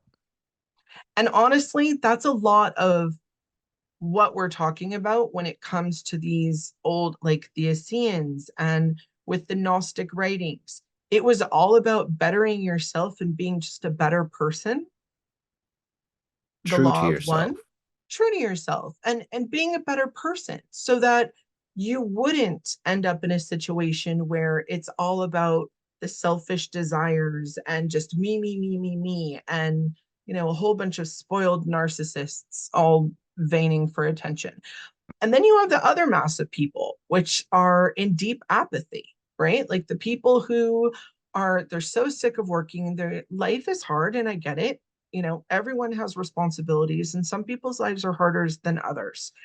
But the apathy that I'm seeing in the world right now is scary to me because it's out of control. I mean, disclosure's happening. And again, people are more preoccupied with having to go to work and paying rent than the fact that the government's talking about potential interdimensional beings, right? And all of our tax dollars potentially being siphoned down this black hole for years for something that they've made people almost disappear on not talking about and disclosing. Our physical hormone levels are changing due to the foods that we've been consuming because let's face it, it is faster to eat fast food and it's cheap. The healthy stuff costs more. People don't want to have kids. And in some cases, people have no sex drive at all. And whether that derives from depression or mental health issues or physical issues like the hormones changing, that again is in our food. And again, it is expensive to eat properly. I get that. And, you ask yourself the question, like, is the depression so prevalent, and I really feel like mental health is the pandemic no one's talking about, right?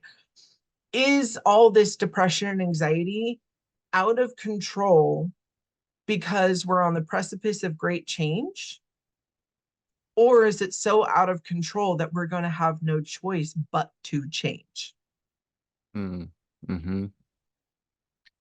but we've also become something outside of nature. We were made to be out in the wild in our natural environment, and we've hidden ourselves away in our buildings, and we're no longer in the sunshine. We're in artificial light. Everything's artificial. So we're not getting what we're made to intake out of the environment around us. You need to be hearing those birds sing and the crickets chirp and your feet touch the grass and, you know, just absorbing all the light around you visually and physically. Well, and that and having really good relationships with other people, whether Hmm. it's social interaction, relationships, whatever it is. But all of that comes down to, again, a society that has started to implode because we've all become these spoiled narcissistic type people. And I mean, let's face it, there's a lot of them, just like the sons of Bilal, right? Where Hmm. they're very into everything for the self. I want to just be selfish and do whatever pleases me instead of what are we doing for society? What are we doing for the greater good? And, you know, right before society has a major change, there's always this stagnation. And it's interesting because just like a planet that's retrograde, before it turns direct, if you're not into astrology, you just went blank on me. Um, it stations. So basically, when a planet is retrograde, i.e., it's moving backwards, right before it's going to change and start moving forward again in its orbit, there's a stagnation. It stations, meaning it stands still, just like the core of our planet right now. Did you guys know that the core of the planet has stopped spinning? Yeah, Yep, they're scientists might predicting a want to pole shift. right. And so, again, right as we're on the precipice of this giant change, and I'm telling you, it's palpable because not only with how people are talking, but just the energy to me is starting to feel as chaotic again as it did right before the world shut down. And that scares me because when it gets that stressed and that chaotic, and the things that are happening, um, it it makes me think that we're about to station, i.e., stay stagnant. That's why nothing's moving. And then all of a sudden, we're going to start spinning in a new direction.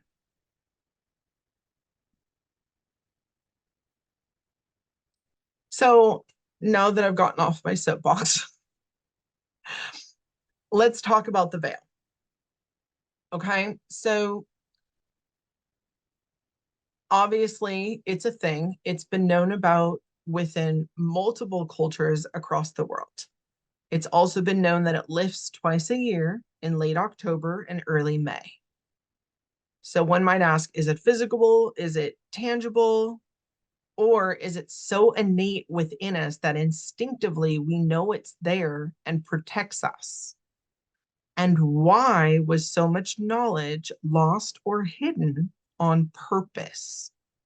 And again, the answers are there. You just have to dig to find them because there were times of intense quietude and knowledge. That's the nice way for me to say a dumbing down time, quietude of knowledge. And this is when things had to start being written like alchemy, right? It had to start being written almost in like this code Secret, so that, esoteric knowledge. yes. So ancient Kabbalah honored the Sabbaths, which they called festivals, which were moon phases and phases of the veil. They called it the gates of heaven are open. And there are lots of other phrases they use as well. That's the most recent one. I actually do have a remove the veil reference, which is a whole article about it written by a rabbi. So I did not just make that up. I actually really do my digging on all of this. What I found interesting is So most people think, oh, it's just those pagans, right? It's just those pagans and those witches that honor the moon, and everyone else is like, no, we don't care. Well, no, ancient Kabbalah honored all the Sabbats, which again are also known as the witches' Sabbats. They called them festivals. They knew that there was twice a year that the gates of heaven were open. The book of Jubilees in the Bible discusses the festivals and the lunar cycles. Muslims clerics honor the lunar cycle. Hindus place huge importance on lunar placement of an astrology chart and also honor the lunar days. Chinese New Year is based on moon cycles.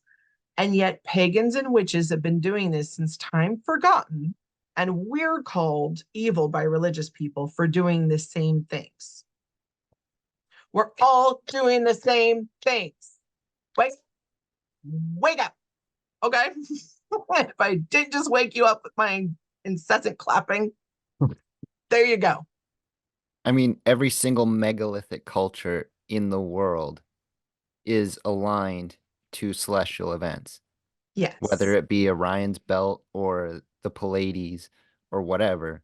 They're all aligned to celestial movement, uh, solar alignment, lunar alignment, and they're perfect to absolute mathematical degrees. Well, and this is something you and I were talking about earlier today, which is you would watch that documentary. And I was telling you, well, astrology and astronomy were the same thing until around the 1700s. Hmm. You didn't look in a telescope in 1540 without knowing astrology as well. Everyone knew both. They were one and the same. It wasn't until the 1700s when they were extricated and became two separate fields, and one became woo woo and the other one became science. Yeah. I mean, that Antikythera mechanism is quite fascinating on its own because that kind of leads to the discussion of the ancients having technology far greater than we ever gave them credit for. And Oh, I where mean, did they learn hugely. this from? Probably Right. But Atlantis. exactly. And I mean, oh God, we could go down that rabbit hole. That will be a whole other episode, is ancient technology. So I had a dream years ago, and this was probably 4 years ago. And I'm on this ridge, and I have all these very, very, you know, futuristic type weapons. And I look a little different. And I'm climbing this ridge with these other people. And I look up to the sky and I see a whole other world that almost looked like another planet, but it was the same planet we were on, coming down, and we were merging and we were layering. And I remember thinking, oh shit, excuse my language. Oh poop, this might not go as smoothly as everyone thinks. And this is really what led me to, want to talk about this part at this time, because obviously spirit guides and leads me into what I'm going to be talking about. So I had to lay some groundwork to get to this point, which is why this is an advanced episode. So the frequency is changing. We're all feeling it. The vibrations and the actions of people are becoming more desperate. Life is careening wildly out of control for some people, for others, apathy. And for others, it's explicit stress when no other stressors are apparent. So, again, when I go back to how things are starting to feel before the world shut down, it's garnering that level of intensity one more time. And yes, there's a lot happening in the world. I am not blind to that. And obviously, I'm extremely sensitive. So I feel all of that. This is different. This is one of those that, like, we're not going to be able to exist for very long at that level of stress. And unfortunately, I've gone through, I think we're up to 12 now deaths in 4 months of, and these are not people who had health issues. These were perfectly healthy, normal people who literally just croaked in the middle of an everyday a thing. One, I think one of the youngest was 26 and was at work and literally just keeled over and had a massive heart attack. Never knew they had any heart issues or anything. Um, Five of them were people who literally died while they were just doing their work, and they didn't even do super hefty work, like just very random, weird. And that also makes me a little leery too of checkout time when people start checking out massively like that. That scares me a little bit too.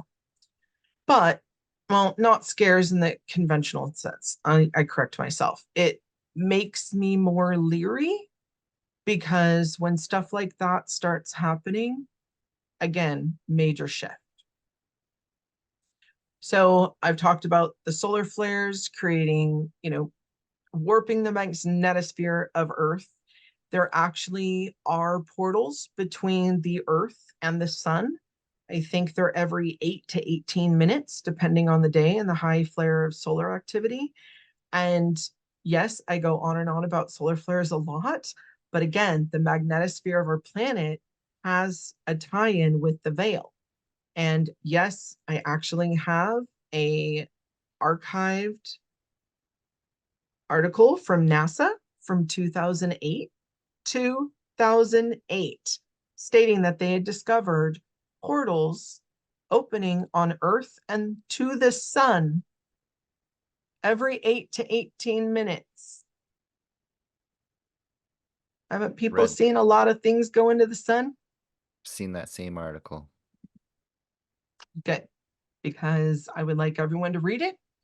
Um, Again, that's going to get more and more ramped up. So if people are wondering, oh, where are these things coming from? Or, how is this possibly a thing? Well, there are changes in our physical health, including lack of minerals and electrolytes. I cannot tell you the amount of people that I'm talking to. And these are people who go to actual doctors and get labs run. These are not just, oh, I'm feeling some kind of way and I'm drinking a Gatorade. These are actual people going and getting medical blood tests. I am one of them. My doctors cannot explain how I'm losing the magnesium and the iron that I am. It is, especially with the amounts that I'm taking. We have done everything. I have made myself a human scientific project. Thank God I have good health insurance. But literally, we have tested everything to make sure it's not a malabsorption issue, from making sure, I don't have internal bleeding somewhere, all the things. And literally, my doctor, the last time we talked, she's like, I've rolled out everything. She kind of threw up her hands and she's like, I feel like you kind of know what's going on. I'm like, mm-hmm. And so I just keep doing what I'm doing and, take a ton of supplements. And the aurora borealis, I mean, you were even saying that, Chucky. I mean, you were able to see it from your case, and there is one part where Northern California was able to see the aurora borealis, which Yeah. I don't even know if that's happened in my lifetime. I mean, it's the first time I've ever seen it here before, and it was fantastical. I mean, there was pinks and greens, and I've been paying attention to what they're seeing in places that they normally do see it, and they're starting to see colors they've never seen before, like deep dark reds that they've never seen before in the aurora borealis. Did you have a physical reaction when you saw it? Because I feel like it's stored in our DNA, like it's a collective memory. Yeah, it's kind of like seeing a triple rainbow and you're stuck with that sense of awe of like, how is this even possible? And it's awe and wonder and childlike delight.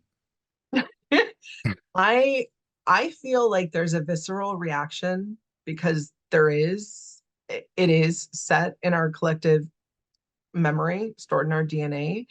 I Some of the pictures that I've seen now, I've never seen it live, okay? But some of the pictures that I've seen, it honestly, it reminds me of the different worlds that have been separated by frequency. That's exactly what it looks like to me. Hmm.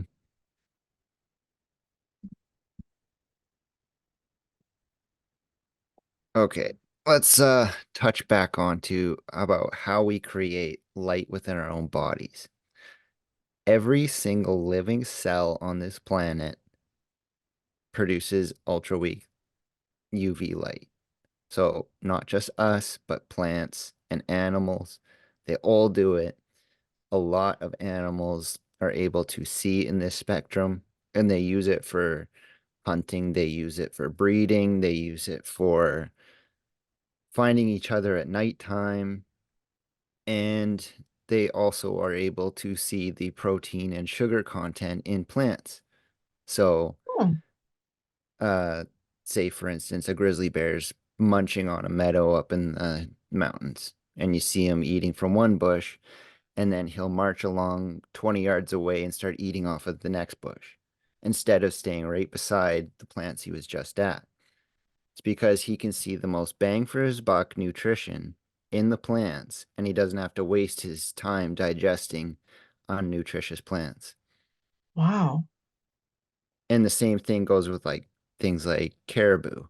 They can march along for miles in the tundra and they're only eating lichen. And I know for an instance, lichen will fluoresce a neon orange. Nice. And they are able to only eat the lichens that will give them enough protein and sugar to continue their bone growth for their massive antlers and all the energy that they need to traverse hundreds and hundreds of miles. So they're adapted to see in this spectrum of which we don't, and we don't understand because it's outside of our mundane human lives. Well, and also because it's probably not something that we necessarily use anymore Not because anymore. we have so much light, right? And access to it. But it does make sense knowing a lot of people like you who like to go camping and, you know, do outdoorsy stuff at night, which freaks me out. Uh, but that's something when I go out at night, I have really good night vision, Hmm. which I've always had, which has saved me a couple times, when I was trying to sneak back into the house, right? Past curfew, so that I didn't slip and fall on something. But it's interesting to me when you mention the thing about plants and how animals are able to see it. Like those are nocturnal animals, right? Who they've developed that Even even daytime more. animals. Um, Right. Well, yeah, like that's right. Sorry, bears in aren't nocturnal. well, they're both, but like insects and birds actually express the fluorescence the most. Um, everyone Okay. knows what a starling looks like, right? It's just like that pretty normal looking black bird, and they flock together in huge murmurations. Oh yeah, Yeah, they make the pretty things in the sky. exactly. Now, we ignore these birds often just because they're plain black. They're not pretty, right? Quote unquote. If you put the fluorescence on them, they're actually rainbow colored. They're every single color. Like crows. Yeah, they have that iridescence, but to the max. Wow. Yeah. So what we see as mundane could be very spectacular. Like flying squirrels. Especially, yeah, especially if we're being looked at, you know, by something other than us that maybe has a better scope of vision. Hmm. Because a lot of these animals need to utilize this UV spectrum at nighttime because that's the light that is available, right? Hmm. So a lot of the planet has adapted to use this, especially at nighttime or in low light conditions like deep underwater. And when I was looking into some of these light studies, we realized that our sun is classified as a G class star and that it actually produces more ultraviolet light than most other stars in the galaxy. And that right there is pretty fascinating. Just thinking Yeah. about that, like, we got really good luck, right? Yeah. And didn't you say UV light can be turned into heat when it hits matter? Yes. So when we're doing our mitochondrial cell transfers of energy, um, we transfer the signals between nerves and whatnot as UV light. And when it hits that matter, it will heat up. And that's how we get our body warmth. Ah, okay, that makes sense. Yeah. So it's not like a ton of heat, but over multiple signals being sent over and over and over again, you get your body regulation, thermal regulation. Um, there was something else.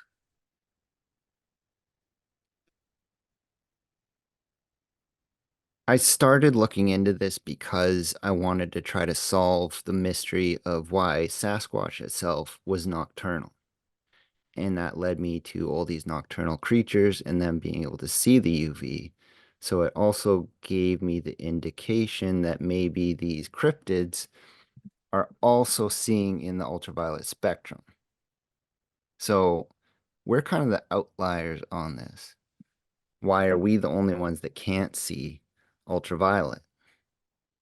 Well, once again, we're the odd man out. We're the only creature that when we have babies, our babies can't take care of themselves.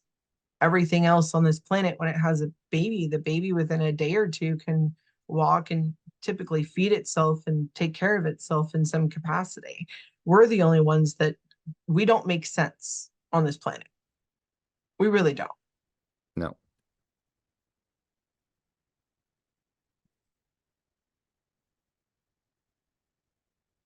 So, you know, talking about the UV, talking about all the things that I've talked about before, solar flares, the magnetosphere, and all of that influencing us, our bodies changing, genetics changing, our desires changing, you know, we're starting to see more, feel more. People are waking up sooner and quicker. The last person that I dealt with who had their spiritual awakening, it was 3 days. I'm talking 3 days from like this is happening to like fully able to handle their gifts, which is very rare, right? And That's pretty darn quick. it is. I have to say, I was a little astonished at that. They dealt with it very, very well. But I truly believe that you're not given more than you can handle unless you ask for something without qualifying it. Be careful what you ask for, please, people. But questions are coming up that years ago no one would have ever thought to have asked. Like, let alone even allow themselves to think, right? So people are becoming more open to ideas and to things that they would have laughed at years ago. Like even you with the why is Bigfoot nocturnal, right? Yeah. Even something as small as that's something 5-10 years ago probably no one would have even thought to have even like it just kind of it was what it was, right? Well, that's when people see him, and people probably would have laughed at you even 5-10 years ago for even Yeah. asking that question, right? And it's times like these when people are opening up to ideas and things that they would have laughed at years ago that religions start to break apart and society starts being freed up in order to ask these questions. There's an internal movement happening from people of all backgrounds, and it's innately occurring, from the protests we have all around the world for minor things like women's rights in countries where women have no rights whatsoever, and all of a sudden people are asking like, why is it this way? This is ridiculous. To to small things where people who are waking up suddenly from extremely strict religious backgrounds who never in their wildest dreams would have thought that they would have been questioning what they've been taught their whole lives, right? They never would have questioned the Bible nor what their pastor said, and almost like a light switch they're asking questions. I mean, Christopher Bledsoe and his case and many others like him throughout history have been actually studied. by government officials. You know, Bledsoe is extremely religious prior to his experience. And if you want more on that, you can refer back to episode 1. There's Bledsoe Said So, and that's the Sun's podcast. I think it's episode 7 and 12 have the transcripts from his experience. But you're talking about someone who was in an evangelical Christian, I mean, in the South, like extremely boxed in, all of a sudden is saying that, you know, Hathor was coming to them. And they're having all these revelations about humanity and how we should act, which is completely outside of the normal paradigm of his life. And and then we have dimensional peep throughs. And for me, these explain the various dimensions and how they would be seen or viewed from our level. Orbs, for example, right? So if something's coming from a fourth, fifth, sixth, seventh dimension and it's coming into the third, it's going to kind of look like an orb, or it's going to look odd or weird. And even some of the most recent disclosure photographs and or videos, when you see them, people can't even wrap their mind around them because of the simple fact that they don't make sense. And they don't make sense because it's something not of our dimension. And therefore, we're trying to put it in a 3D concept and it doesn't work because we're not getting the full picture. And then you have this huge uptick in cryptid sightings. And I mean, I'm talking about cryptid sightings that like people haven't seen in years, like even the Nessie things that you were telling me, and the mermaids and the sirens. I feel that this is by design. This is being done so that people can start getting used to this information. You know, TMZ got in on the disclosure action. When would you ever think that TMZ, who normally reports on celebrities, would be doing something on the disclosure, you know, with Jeremy Corbell? It was very well done, by the way, but that's just showing like it needs to be in the mass consciousness. I still to this day know people who have heard of none of this. None Yeah. of it. Like I bring it up and they look at me like I have 12 heads. And I'm like, oh, okay, maybe you need to go like watch an actual news station and not just the magazines or whatever they're doing. But if our sun is having larger, slower solar flares, if our magnetosphere is losing power, you know, these have physical effects on our body. If all of a sudden we're being exposed to more UV light or more UV spectrum than we were before, are we all of a sudden going to be able to see things that we weren't able to see before because of our eyesight? I mean, Yeah. I mean, the average eye is only able to see 200 to 70, 760 nanometer light. And that's a pretty narrow band of spectrum compared to what everything else can see. So if we can suddenly see more, would that be from the change in the radiation and the magnetosphere changing? Like, potentially, yeah. I mean, it makes sense, right? Like, if you're telling me that animals are able to see at night with which bush has the better berries for survival, what happens to us if our eyesight is suddenly expanded and we're able to see colors and a range of things that we weren't able to see before? I That mean, could we potentially get us in a whole different caliber of beings, right? it would look a lot like what the movie Avatar portrays, with everything being brightly colored and glowing, and Oh, that would be so awesome. That was a beautiful it's movie. pretty fantastical to see those colors that are out in nature. If you ever have a UV flashlight and looking out at nature, it's phenomenal. I'll have to try that. So, I mean, you're with me. You and I agree there is no junk DNA. So for me, I feel that this trait is already within our DNA. And just like you were saying in the beginning with the lemurs, something happens in our environment and innately our genes start waking up and being activated. And potentially that's due to the diminishing magnetosphere, the higher UV rays that we're being pummeled by. Um, there's so much physically, scientifically, right, that we can explain. And then there's the other. Hmm. And And you get into discussion about things like psychedelic drugs and the hippie culture, like the UV posters and whatnot that they all make and sell in the pot shops. Like they're seeing these while they're on drugs, mhm, right? So all they are doing is taking something that enables a connection in the brain that doesn't usually happen.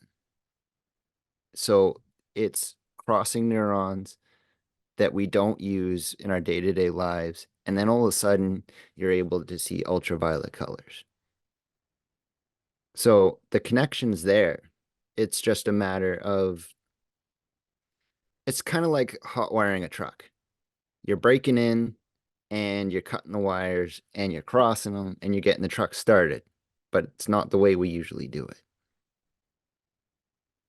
that makes sense. I mean, I am not a proponent of drugs, hallucinogens for any reason. Um, but I definitely know that people have taken them and had a whole spectrum of experiences. I know a lot of people who have had these experiences sober. And I know there is a thing called synthesia where, people can hear sound and see it in color. I know it technically happens with a lot of neurodivergent people, where they're able to almost see or hear a different spectrum, Hmm. um, due to just how their brain operates and works. And, if you kind of even look around at the world of how many people are being diagnosed with neurodivergence, it's this huge uptick. And I've always wondered within myself, okay, there's the spectrum, but I'm wondering if there's an uptick in these cases because it's rewiring the brain to work a little bit differently. Um, Exactly. you know, there there are other people where, if you remember that horrific online dress color challenge of 2015, was it gold and white or blue and silver? Um, that whole thing. People were so divided on it, and yet we're all looking at the same picture.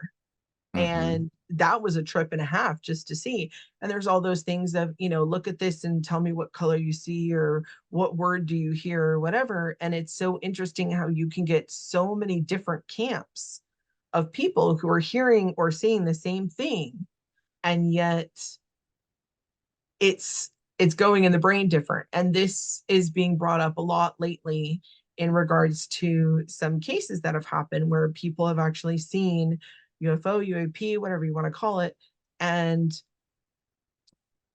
there'll be four people in a car. Two people will see it, they see it slightly different, and two other people won't see it at all. And yet there's an entire study done about how there's a part of the brain that's more active with people who are able to see these things, not only spiritually, but have different various interactions with the phenomenon, and that there's a part of their brain that's actually bigger. And with that, it's almost a weird dominant trait because they end up finding other people who also have enlarged ones. And most of them either pick them to be their partner or somehow, like, they all end up being friends, which is my joke. They all somehow find me. And this Dr. Gary Nolan actually did the research on it, and it's something out of like 1 out of 200 people have this. And the fact that we end up finding each other in clusters is, I mean, this is not something that we're talking about. We end up finding each other. I've had people that I've been friends with for years, and all of a sudden they'll randomly be like, "Hey, by the way, I've seen XYZ for all these years." And I'm like, "Okay, like we could have bonded on this like years ago." You want to keep it a secret. So, But I know that you had an encounter that I'd like you to talk about in regards to the whole color thing. Yeah. So my very first UFO experience, I was sitting in the backyard with my ex-girlfriend and my little brother, and we were just stargazing, watching the meteor shower in August. And it was about 10:45 or so at night, and we're watching. There's satellites going by and whatnot, and I start to see a light cross the sky and another one coming from the opposite direction, like they're almost going to collide. And I'm like, oh, look at those satellites. It looks like they're going to crash. And then one of them flips around and does a Yui and starts following the other one. I'm like, mind blown. Like, satellites don't do this. Right? Something's going on here.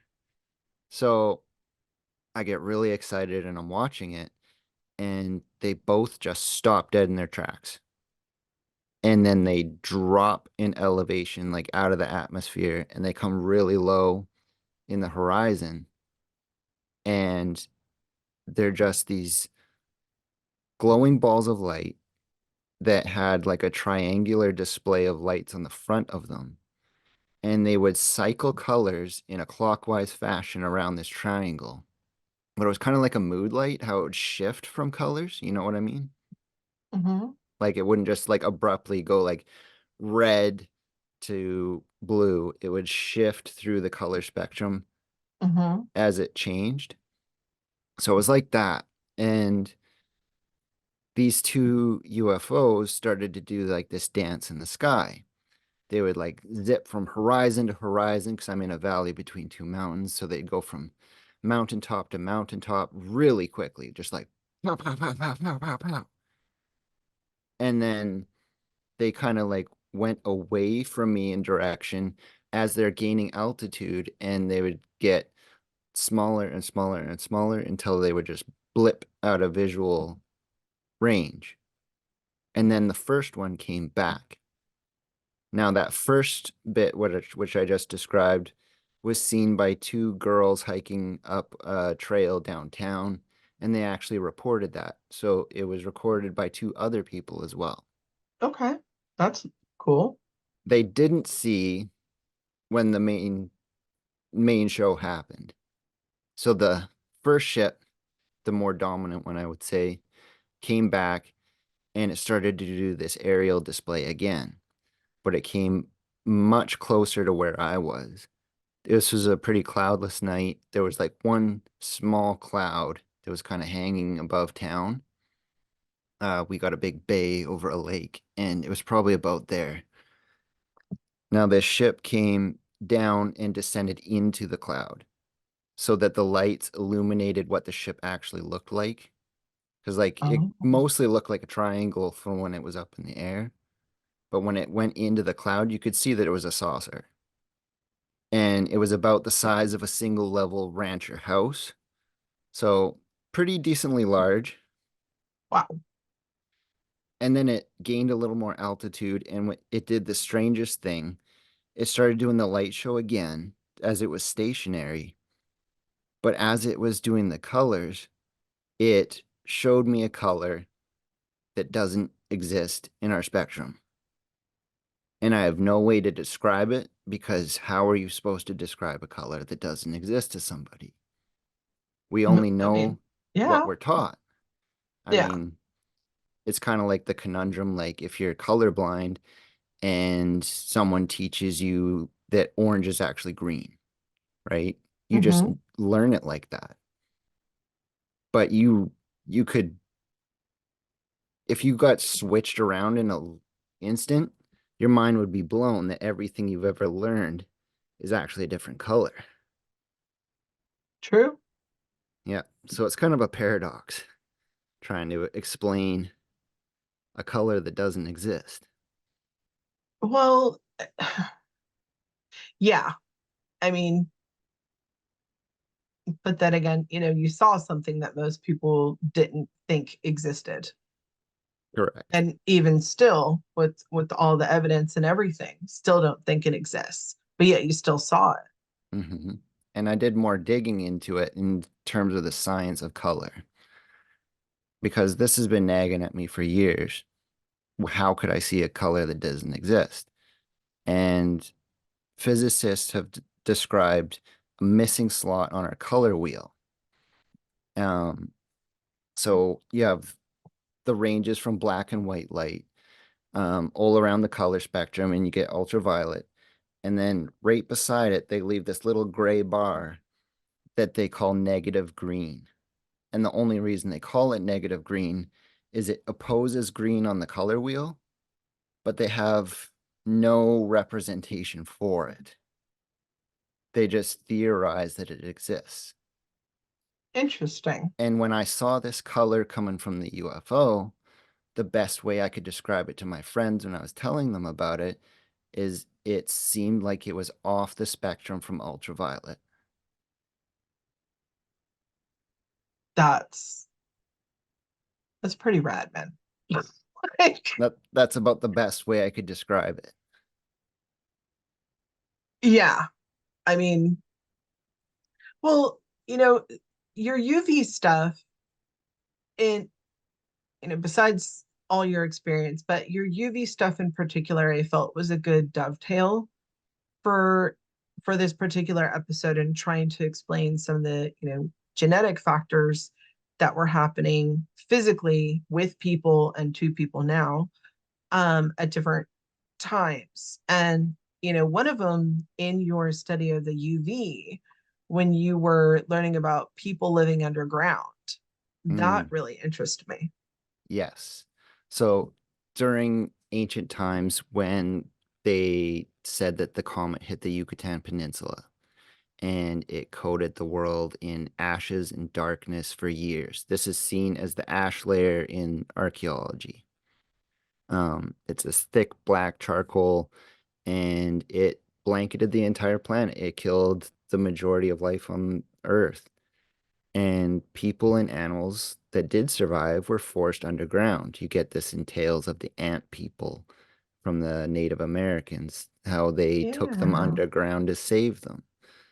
Um, and there's actual science that shows that when this happens, we're forced to create more of our own ultraviolet light in order to survive. So our bodies force this light output to create our own vitamin D, kind of like a plant, um, so we can survive events like this. Um, there is the city in Turkey where it could hold 20,000 people underground, and they could survive underground for years. They had a full city setup, so they could continue basic day-to-day life, but they were underground, probably living off their own light.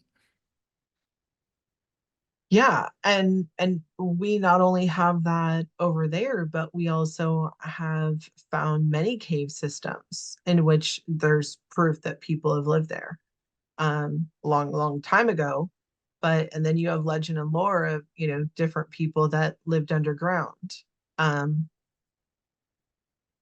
and it's so interesting to me because with our bodies being able to make our own vitamin D, the first time I had ever heard that was actually with someone who is a natural redhead. And they were like, oh, well, we're actually able to make our own vitamin D that and make it in a plethora that they don't even need like specialized fortified milk or anything with it, which to me, I was in shock, right? Because Hmm. obviously I have a lot more melanin in my skin, so I require a lot more sun. And I was just shocked that like there were actual humans who didn't need the sun at all because they could pretty much supply their own vitamin D completely. So then when hearing you extrapolate on this a little bit more, I was shocked, to be honest. That But goes into the melanin production once you have excess in the skin, it actually gets internalized and used in your body. The Yes. melanin moves kind of the same way as metastasis, like cancer. So Hmm. everyone thinks of that cell movement as being a bad thing. So when we think of things like certain skin cancers where you get a big clump of melanin come to the top of the skin, it's actually just trying to look for light. So Interesting. it's not always a bad thing. It's just misunderstood. Yeah, that makes sense. And, with all of these things, it makes me wonder, like, how that physically changed our bodies, right? And well, physical factors and genetic factors. So, obviously we have the redheads who are able to completely make their own vitamin D, right? But, if for instance, I'm closer with people who are living underground than maybe somebody else, genetically, would I have bigger eyes? Would my skin color be different than other people? Is that why I have the hyper translucent thing, even though I'm not, that pale?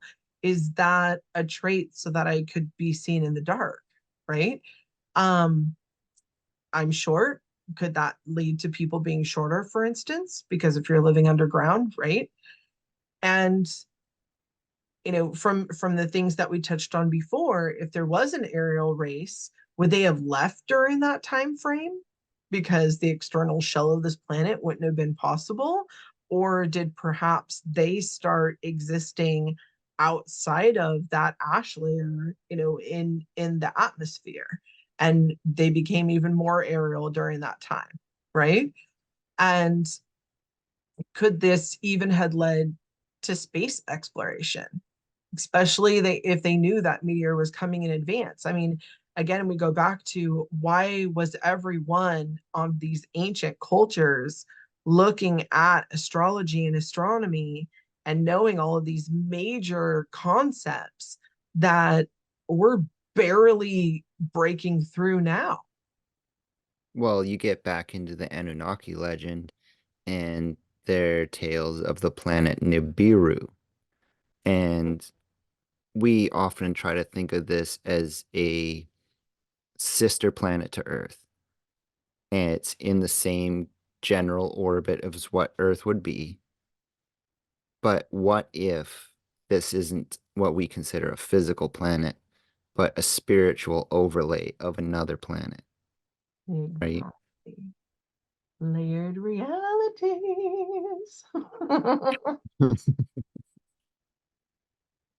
Um, so if there are races that live longer, could it be because they're living closer to the sun via spacecraft or planets, um, Hmm. moving to places like Mercury or Venus, where some of the gods are said to have come from, Mhm. right? So, in order to slow down time, you need something light-wise that is stronger than our sun, and our bodies actually produce that. The light we emit is 10 times stronger than what the sun can produce. Dang, we bright. We just need to learn to control that. True. So if people in older times lived longer, would that be because they were closer to the sun, or did they come from a place closer to the sun? Yeah, that's actually a really good question, right? Like, uh, we have the not only the old lore and legends of us coming from someplace else, but also, even when you think about Earth as it is respectively placed to the sun currently, millions of years ago, it might have been closer, Yeah, the right? Earth was said to have been a hothouse. Yeah. I mean, so, that always makes me ask the question, like, are we the aliens? And I don't need to repeat it again, but again, we don't make sense on this planet, right? And then we have the CIA document of the remote viewer who saw Mars a million years ago with these large human-ish like beings that were encasing themselves to leave the planet due to their magnetosphere and atmospheric changes due to their sun. So if we are their offspring, even if we were genetically manipulated in order to survive here better, if we're their genetic offspring, would we have inherited the DNA in which we have the capacity to live longer? But that was siphoned off the longer we remained on this planet with our limited exposure to UV light. It's quite possible. I You mean, know, it could just be a simple matter of turning off certain genes in order to survive here instead of there, and that reduces the lifespan. well, and what if, the number of days in a year on Mars and Venus is much different than here? Well, that's true. It's got a different orbit. Right. And so, what if those original years that those people lived were on a different planet's orbit? Yeah, I mean, that would make sense. And or our planet was orbiting different?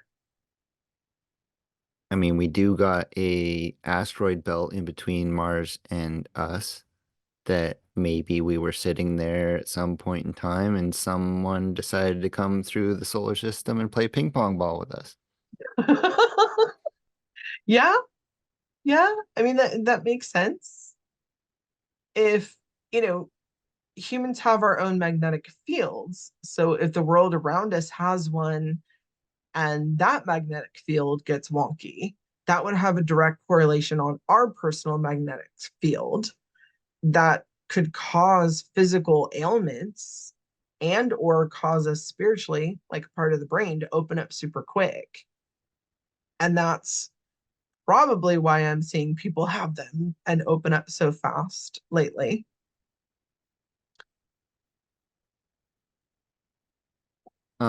We have a technology that through the use of mirrors can cause phantom limb syndrome.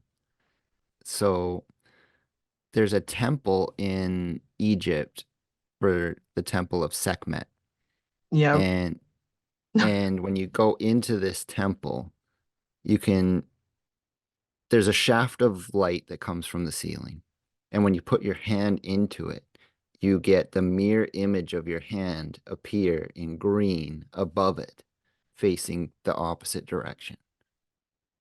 It's a crazy optical illusion, but it's a really fantastic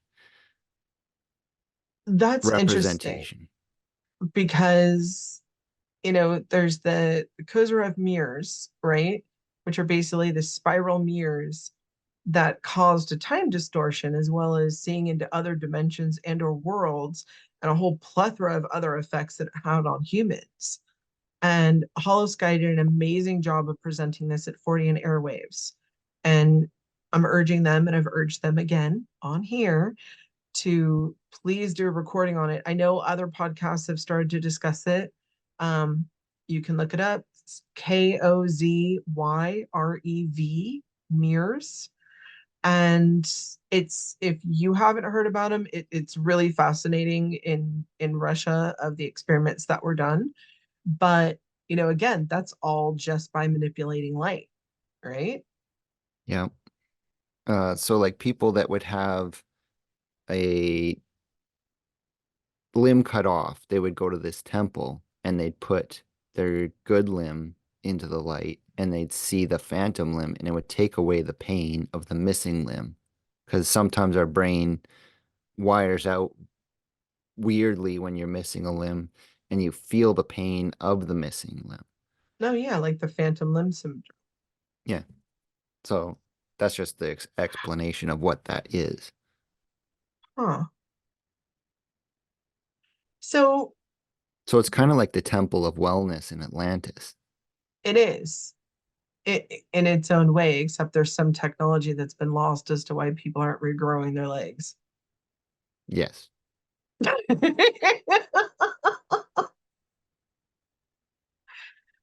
So there was something that in our studies kept popping out. And it was a ton of historical references to this green rod that someone would have, and it could cause people to freeze or all sorts of stuff to happen.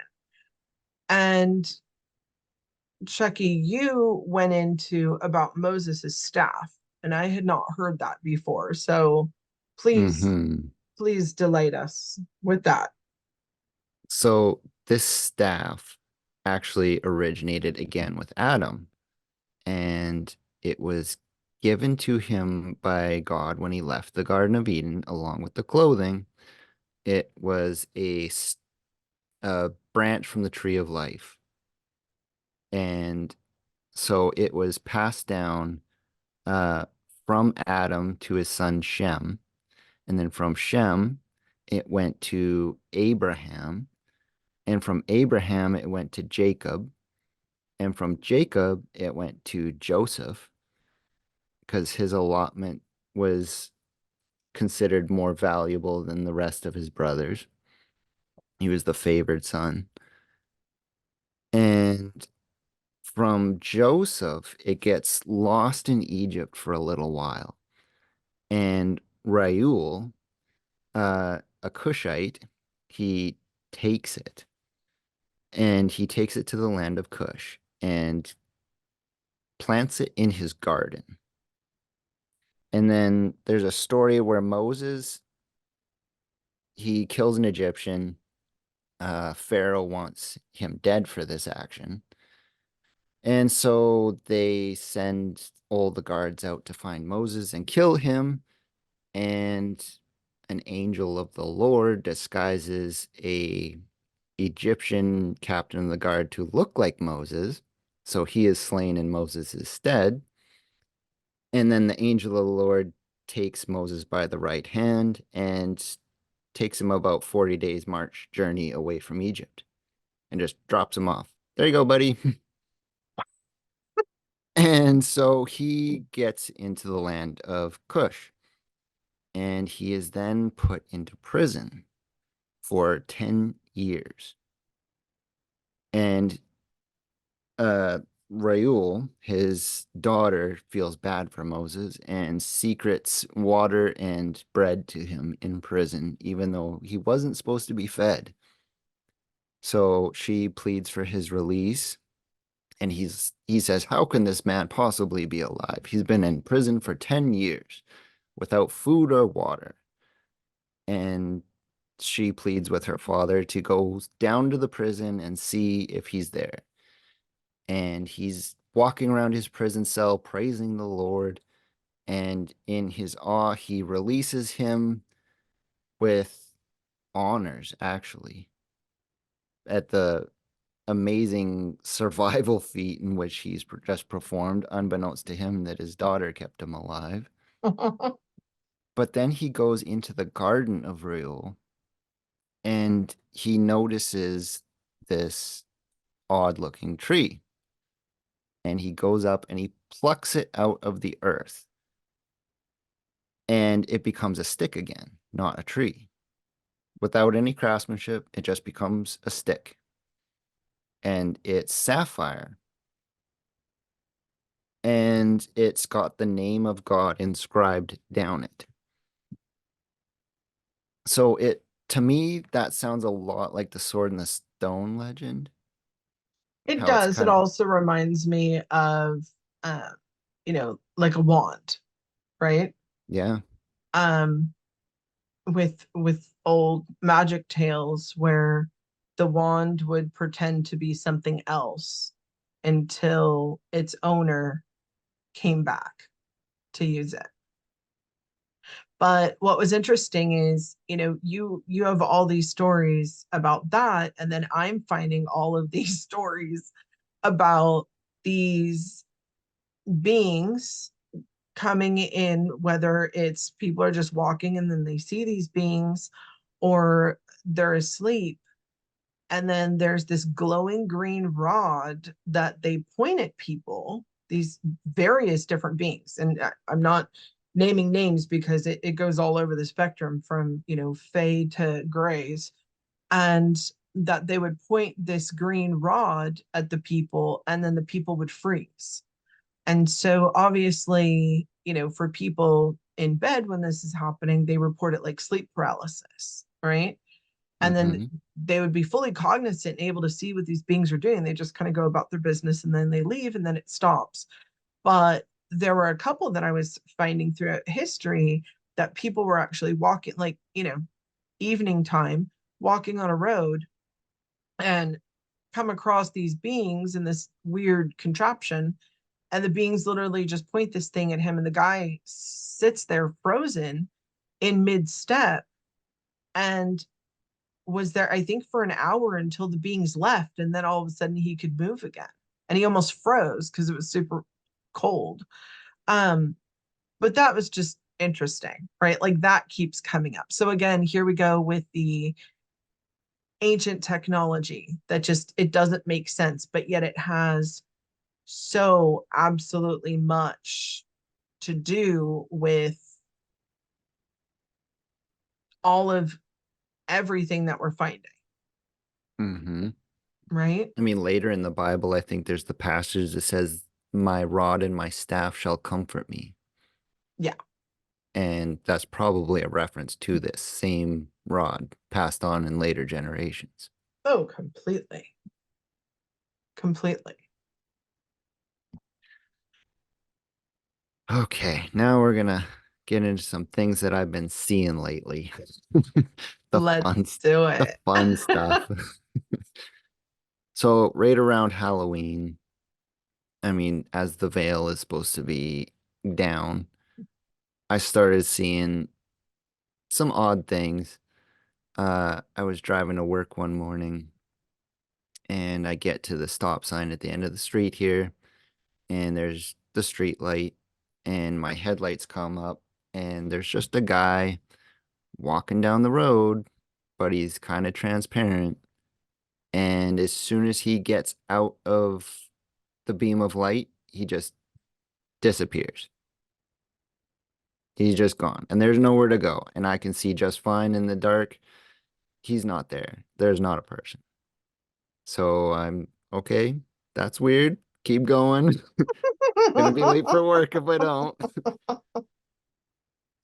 And then that day at work, as I'm doing my thing and I'm walking down a walkway on one side of the workspace, and there's a walkway on the other side of some water tanks on the opposing side of the room. I'm walking one way, someone is walking the other, but there's only half of them there. So in the same day, I saw two spectral people that just disappeared, Peep throughs. peek throughs. Yep. Peekaboo. That's And why you then, weren't seeing all of them. no. And like a week later, I'm coming back into work in the morning and I take my right hand turn to go up towards the work building, and I felt really compelled to look in my rearview mirror, where I just came from. Okay, that's odd. I don't normally do that. So I look in the rearview mirror, and underneath the streetlight again, here comes a horse and rider just plowing down the road where I just came from, where there obviously wasn't a horse and rider. Okay. Like a horse and buggy? Just a horse and rider, like he was riding bareback kind of thing. Oh, So there was no buggy. He was just riding on the back of that horse. have you been seeing an uptick in things since? I've seen some peripheral action of things fleeting by. You're Actually, this probably a morning, little more like adjusted to it, so it's probably not as prevalent. well, I mean, like I see stuff all the time. So like for me, it has to be something really like jaw dropping for me to Mm. even comment on it half the time. Right. I know when I was reading the Edgar Cayce book, uh, Mhm. when I was getting to the end of the book, uh, right above the book line from where I was looking towards my television in the room, there was this gigantic green orb. And my dog, who was sitting on the couch beside me, he turned and looked at it too. And so I knew it wasn't just me seeing it. We both saw it. And as soon as I moved my book, it's gone. Yeah, there's something interesting that happens when reading that book. And that's why I gave like a little forewarning when I had put it on a required reading. So the first, well, it wasn't the first, it was like the second time I was reading it, I was at work and I would read on my lunch breaks. And we had a whole back room, right? That I could close the door and there was like a little couch. And so I could get all comfy. And I'm reading, and I don't know, about halfway through, and I get this very strange feeling. Like it felt like someone opened the door and came in. It was that intrusive.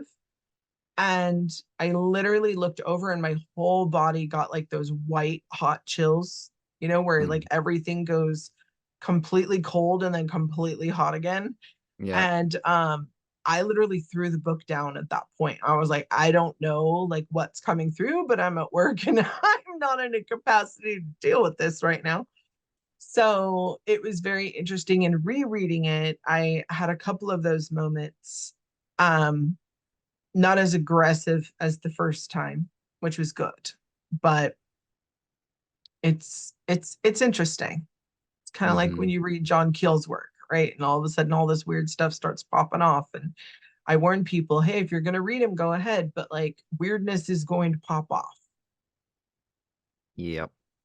Do you want to talk about seeing the eye? Yeah. So I was meditating one evening, just kind of trying to clear my headspace from the day's activities. And I got into a really deep meditation. And what I saw was I was kind of lying starfish in the ocean. And I was looking up at the sky, and there was this gigantic feminine eye that was looking down towards me, but the eye was closed. So, like, kind of had like mascara on, kind of thing. And while I'm looking at it, it opens up, and I see the eye, but the eye is a swirling galaxy of stars where the iris would be. So, it's in motion and awe-striking. I didn't have a fear of it. It was beautiful. And the eye looks from me and then it looks at the ocean and I kind of follow its gaze. And as I follow its gaze, I find myself swimming amongst all these gigantic eels. Electric eels? They didn't shock me, Funny. but we were swimming through these bright blue bubbles. And as we went through these bubbles, we would get faster and faster and faster. So it would be like from bubble to bubble to bubble to bubble. And then the eels kind of just went away and I came needing breath. I just came up from the surface and where I was not where I came from. And I noticed a very strange jungle that I've never seen anywhere in nature documentaries or anything. It was unlike anything I've ever seen before. And there was three pristine white pyramids on the beach, kind of like inset into the jungle a little bit, with a very bright white light above them. And these pyramids probably were in the same alignment as Orion, not unlike the architecture we have up here on the surface, but I had the gut feeling that this was probably somewhere in the inner earth. And then I snapped to, and that was the end of it. So the eye thing keeps coming up a lot um, with other people around me.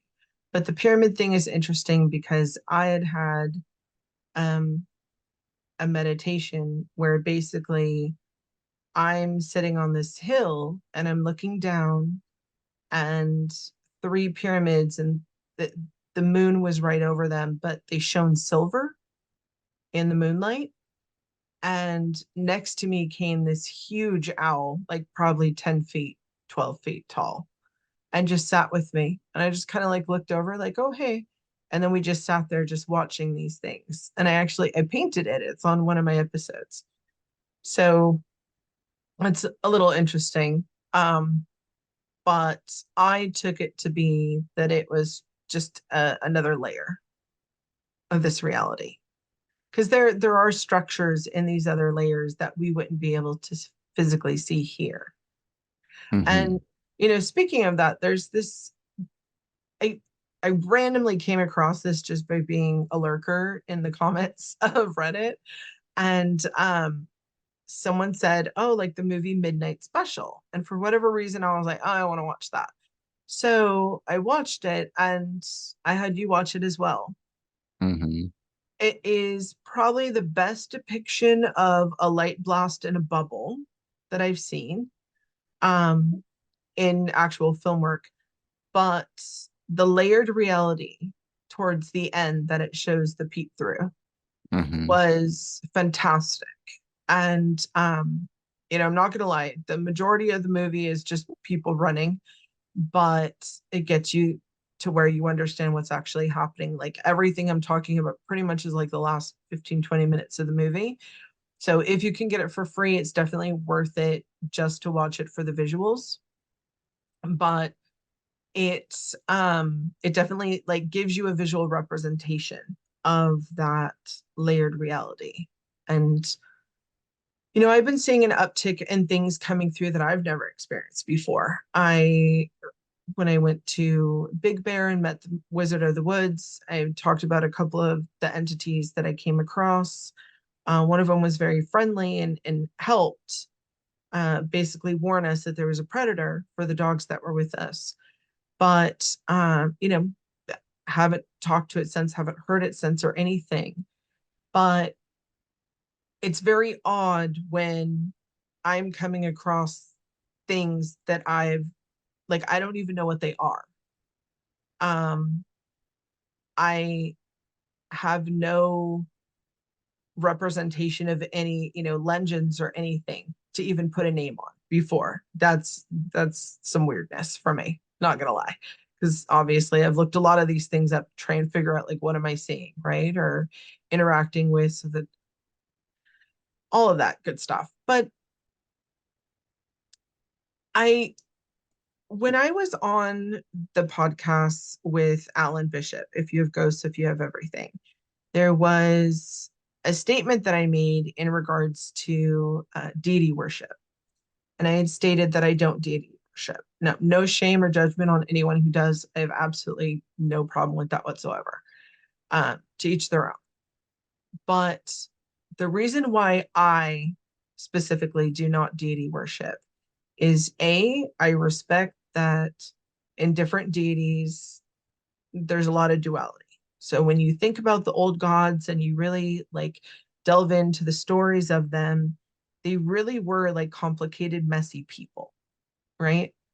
And there's a lot that they do that isn't great.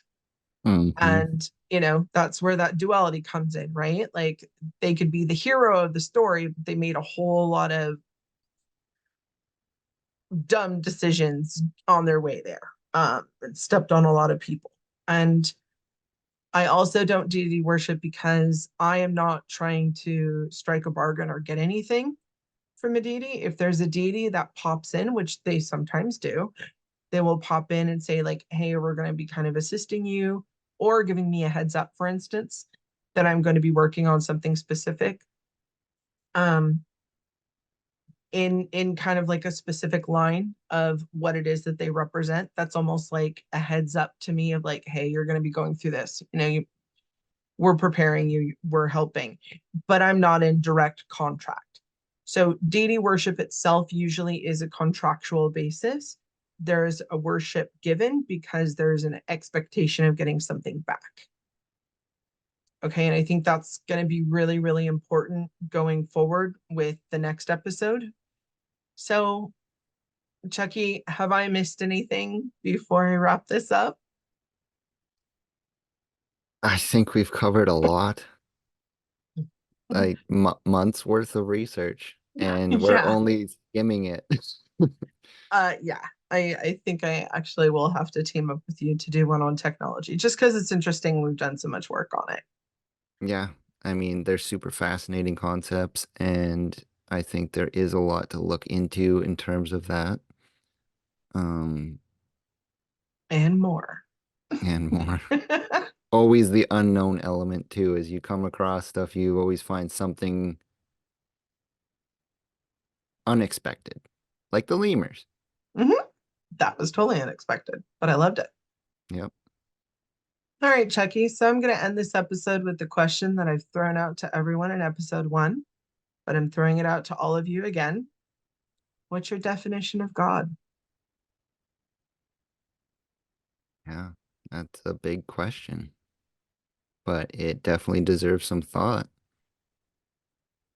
Uh, Reading the Gospel of Thomas, you really change your perspectives on things.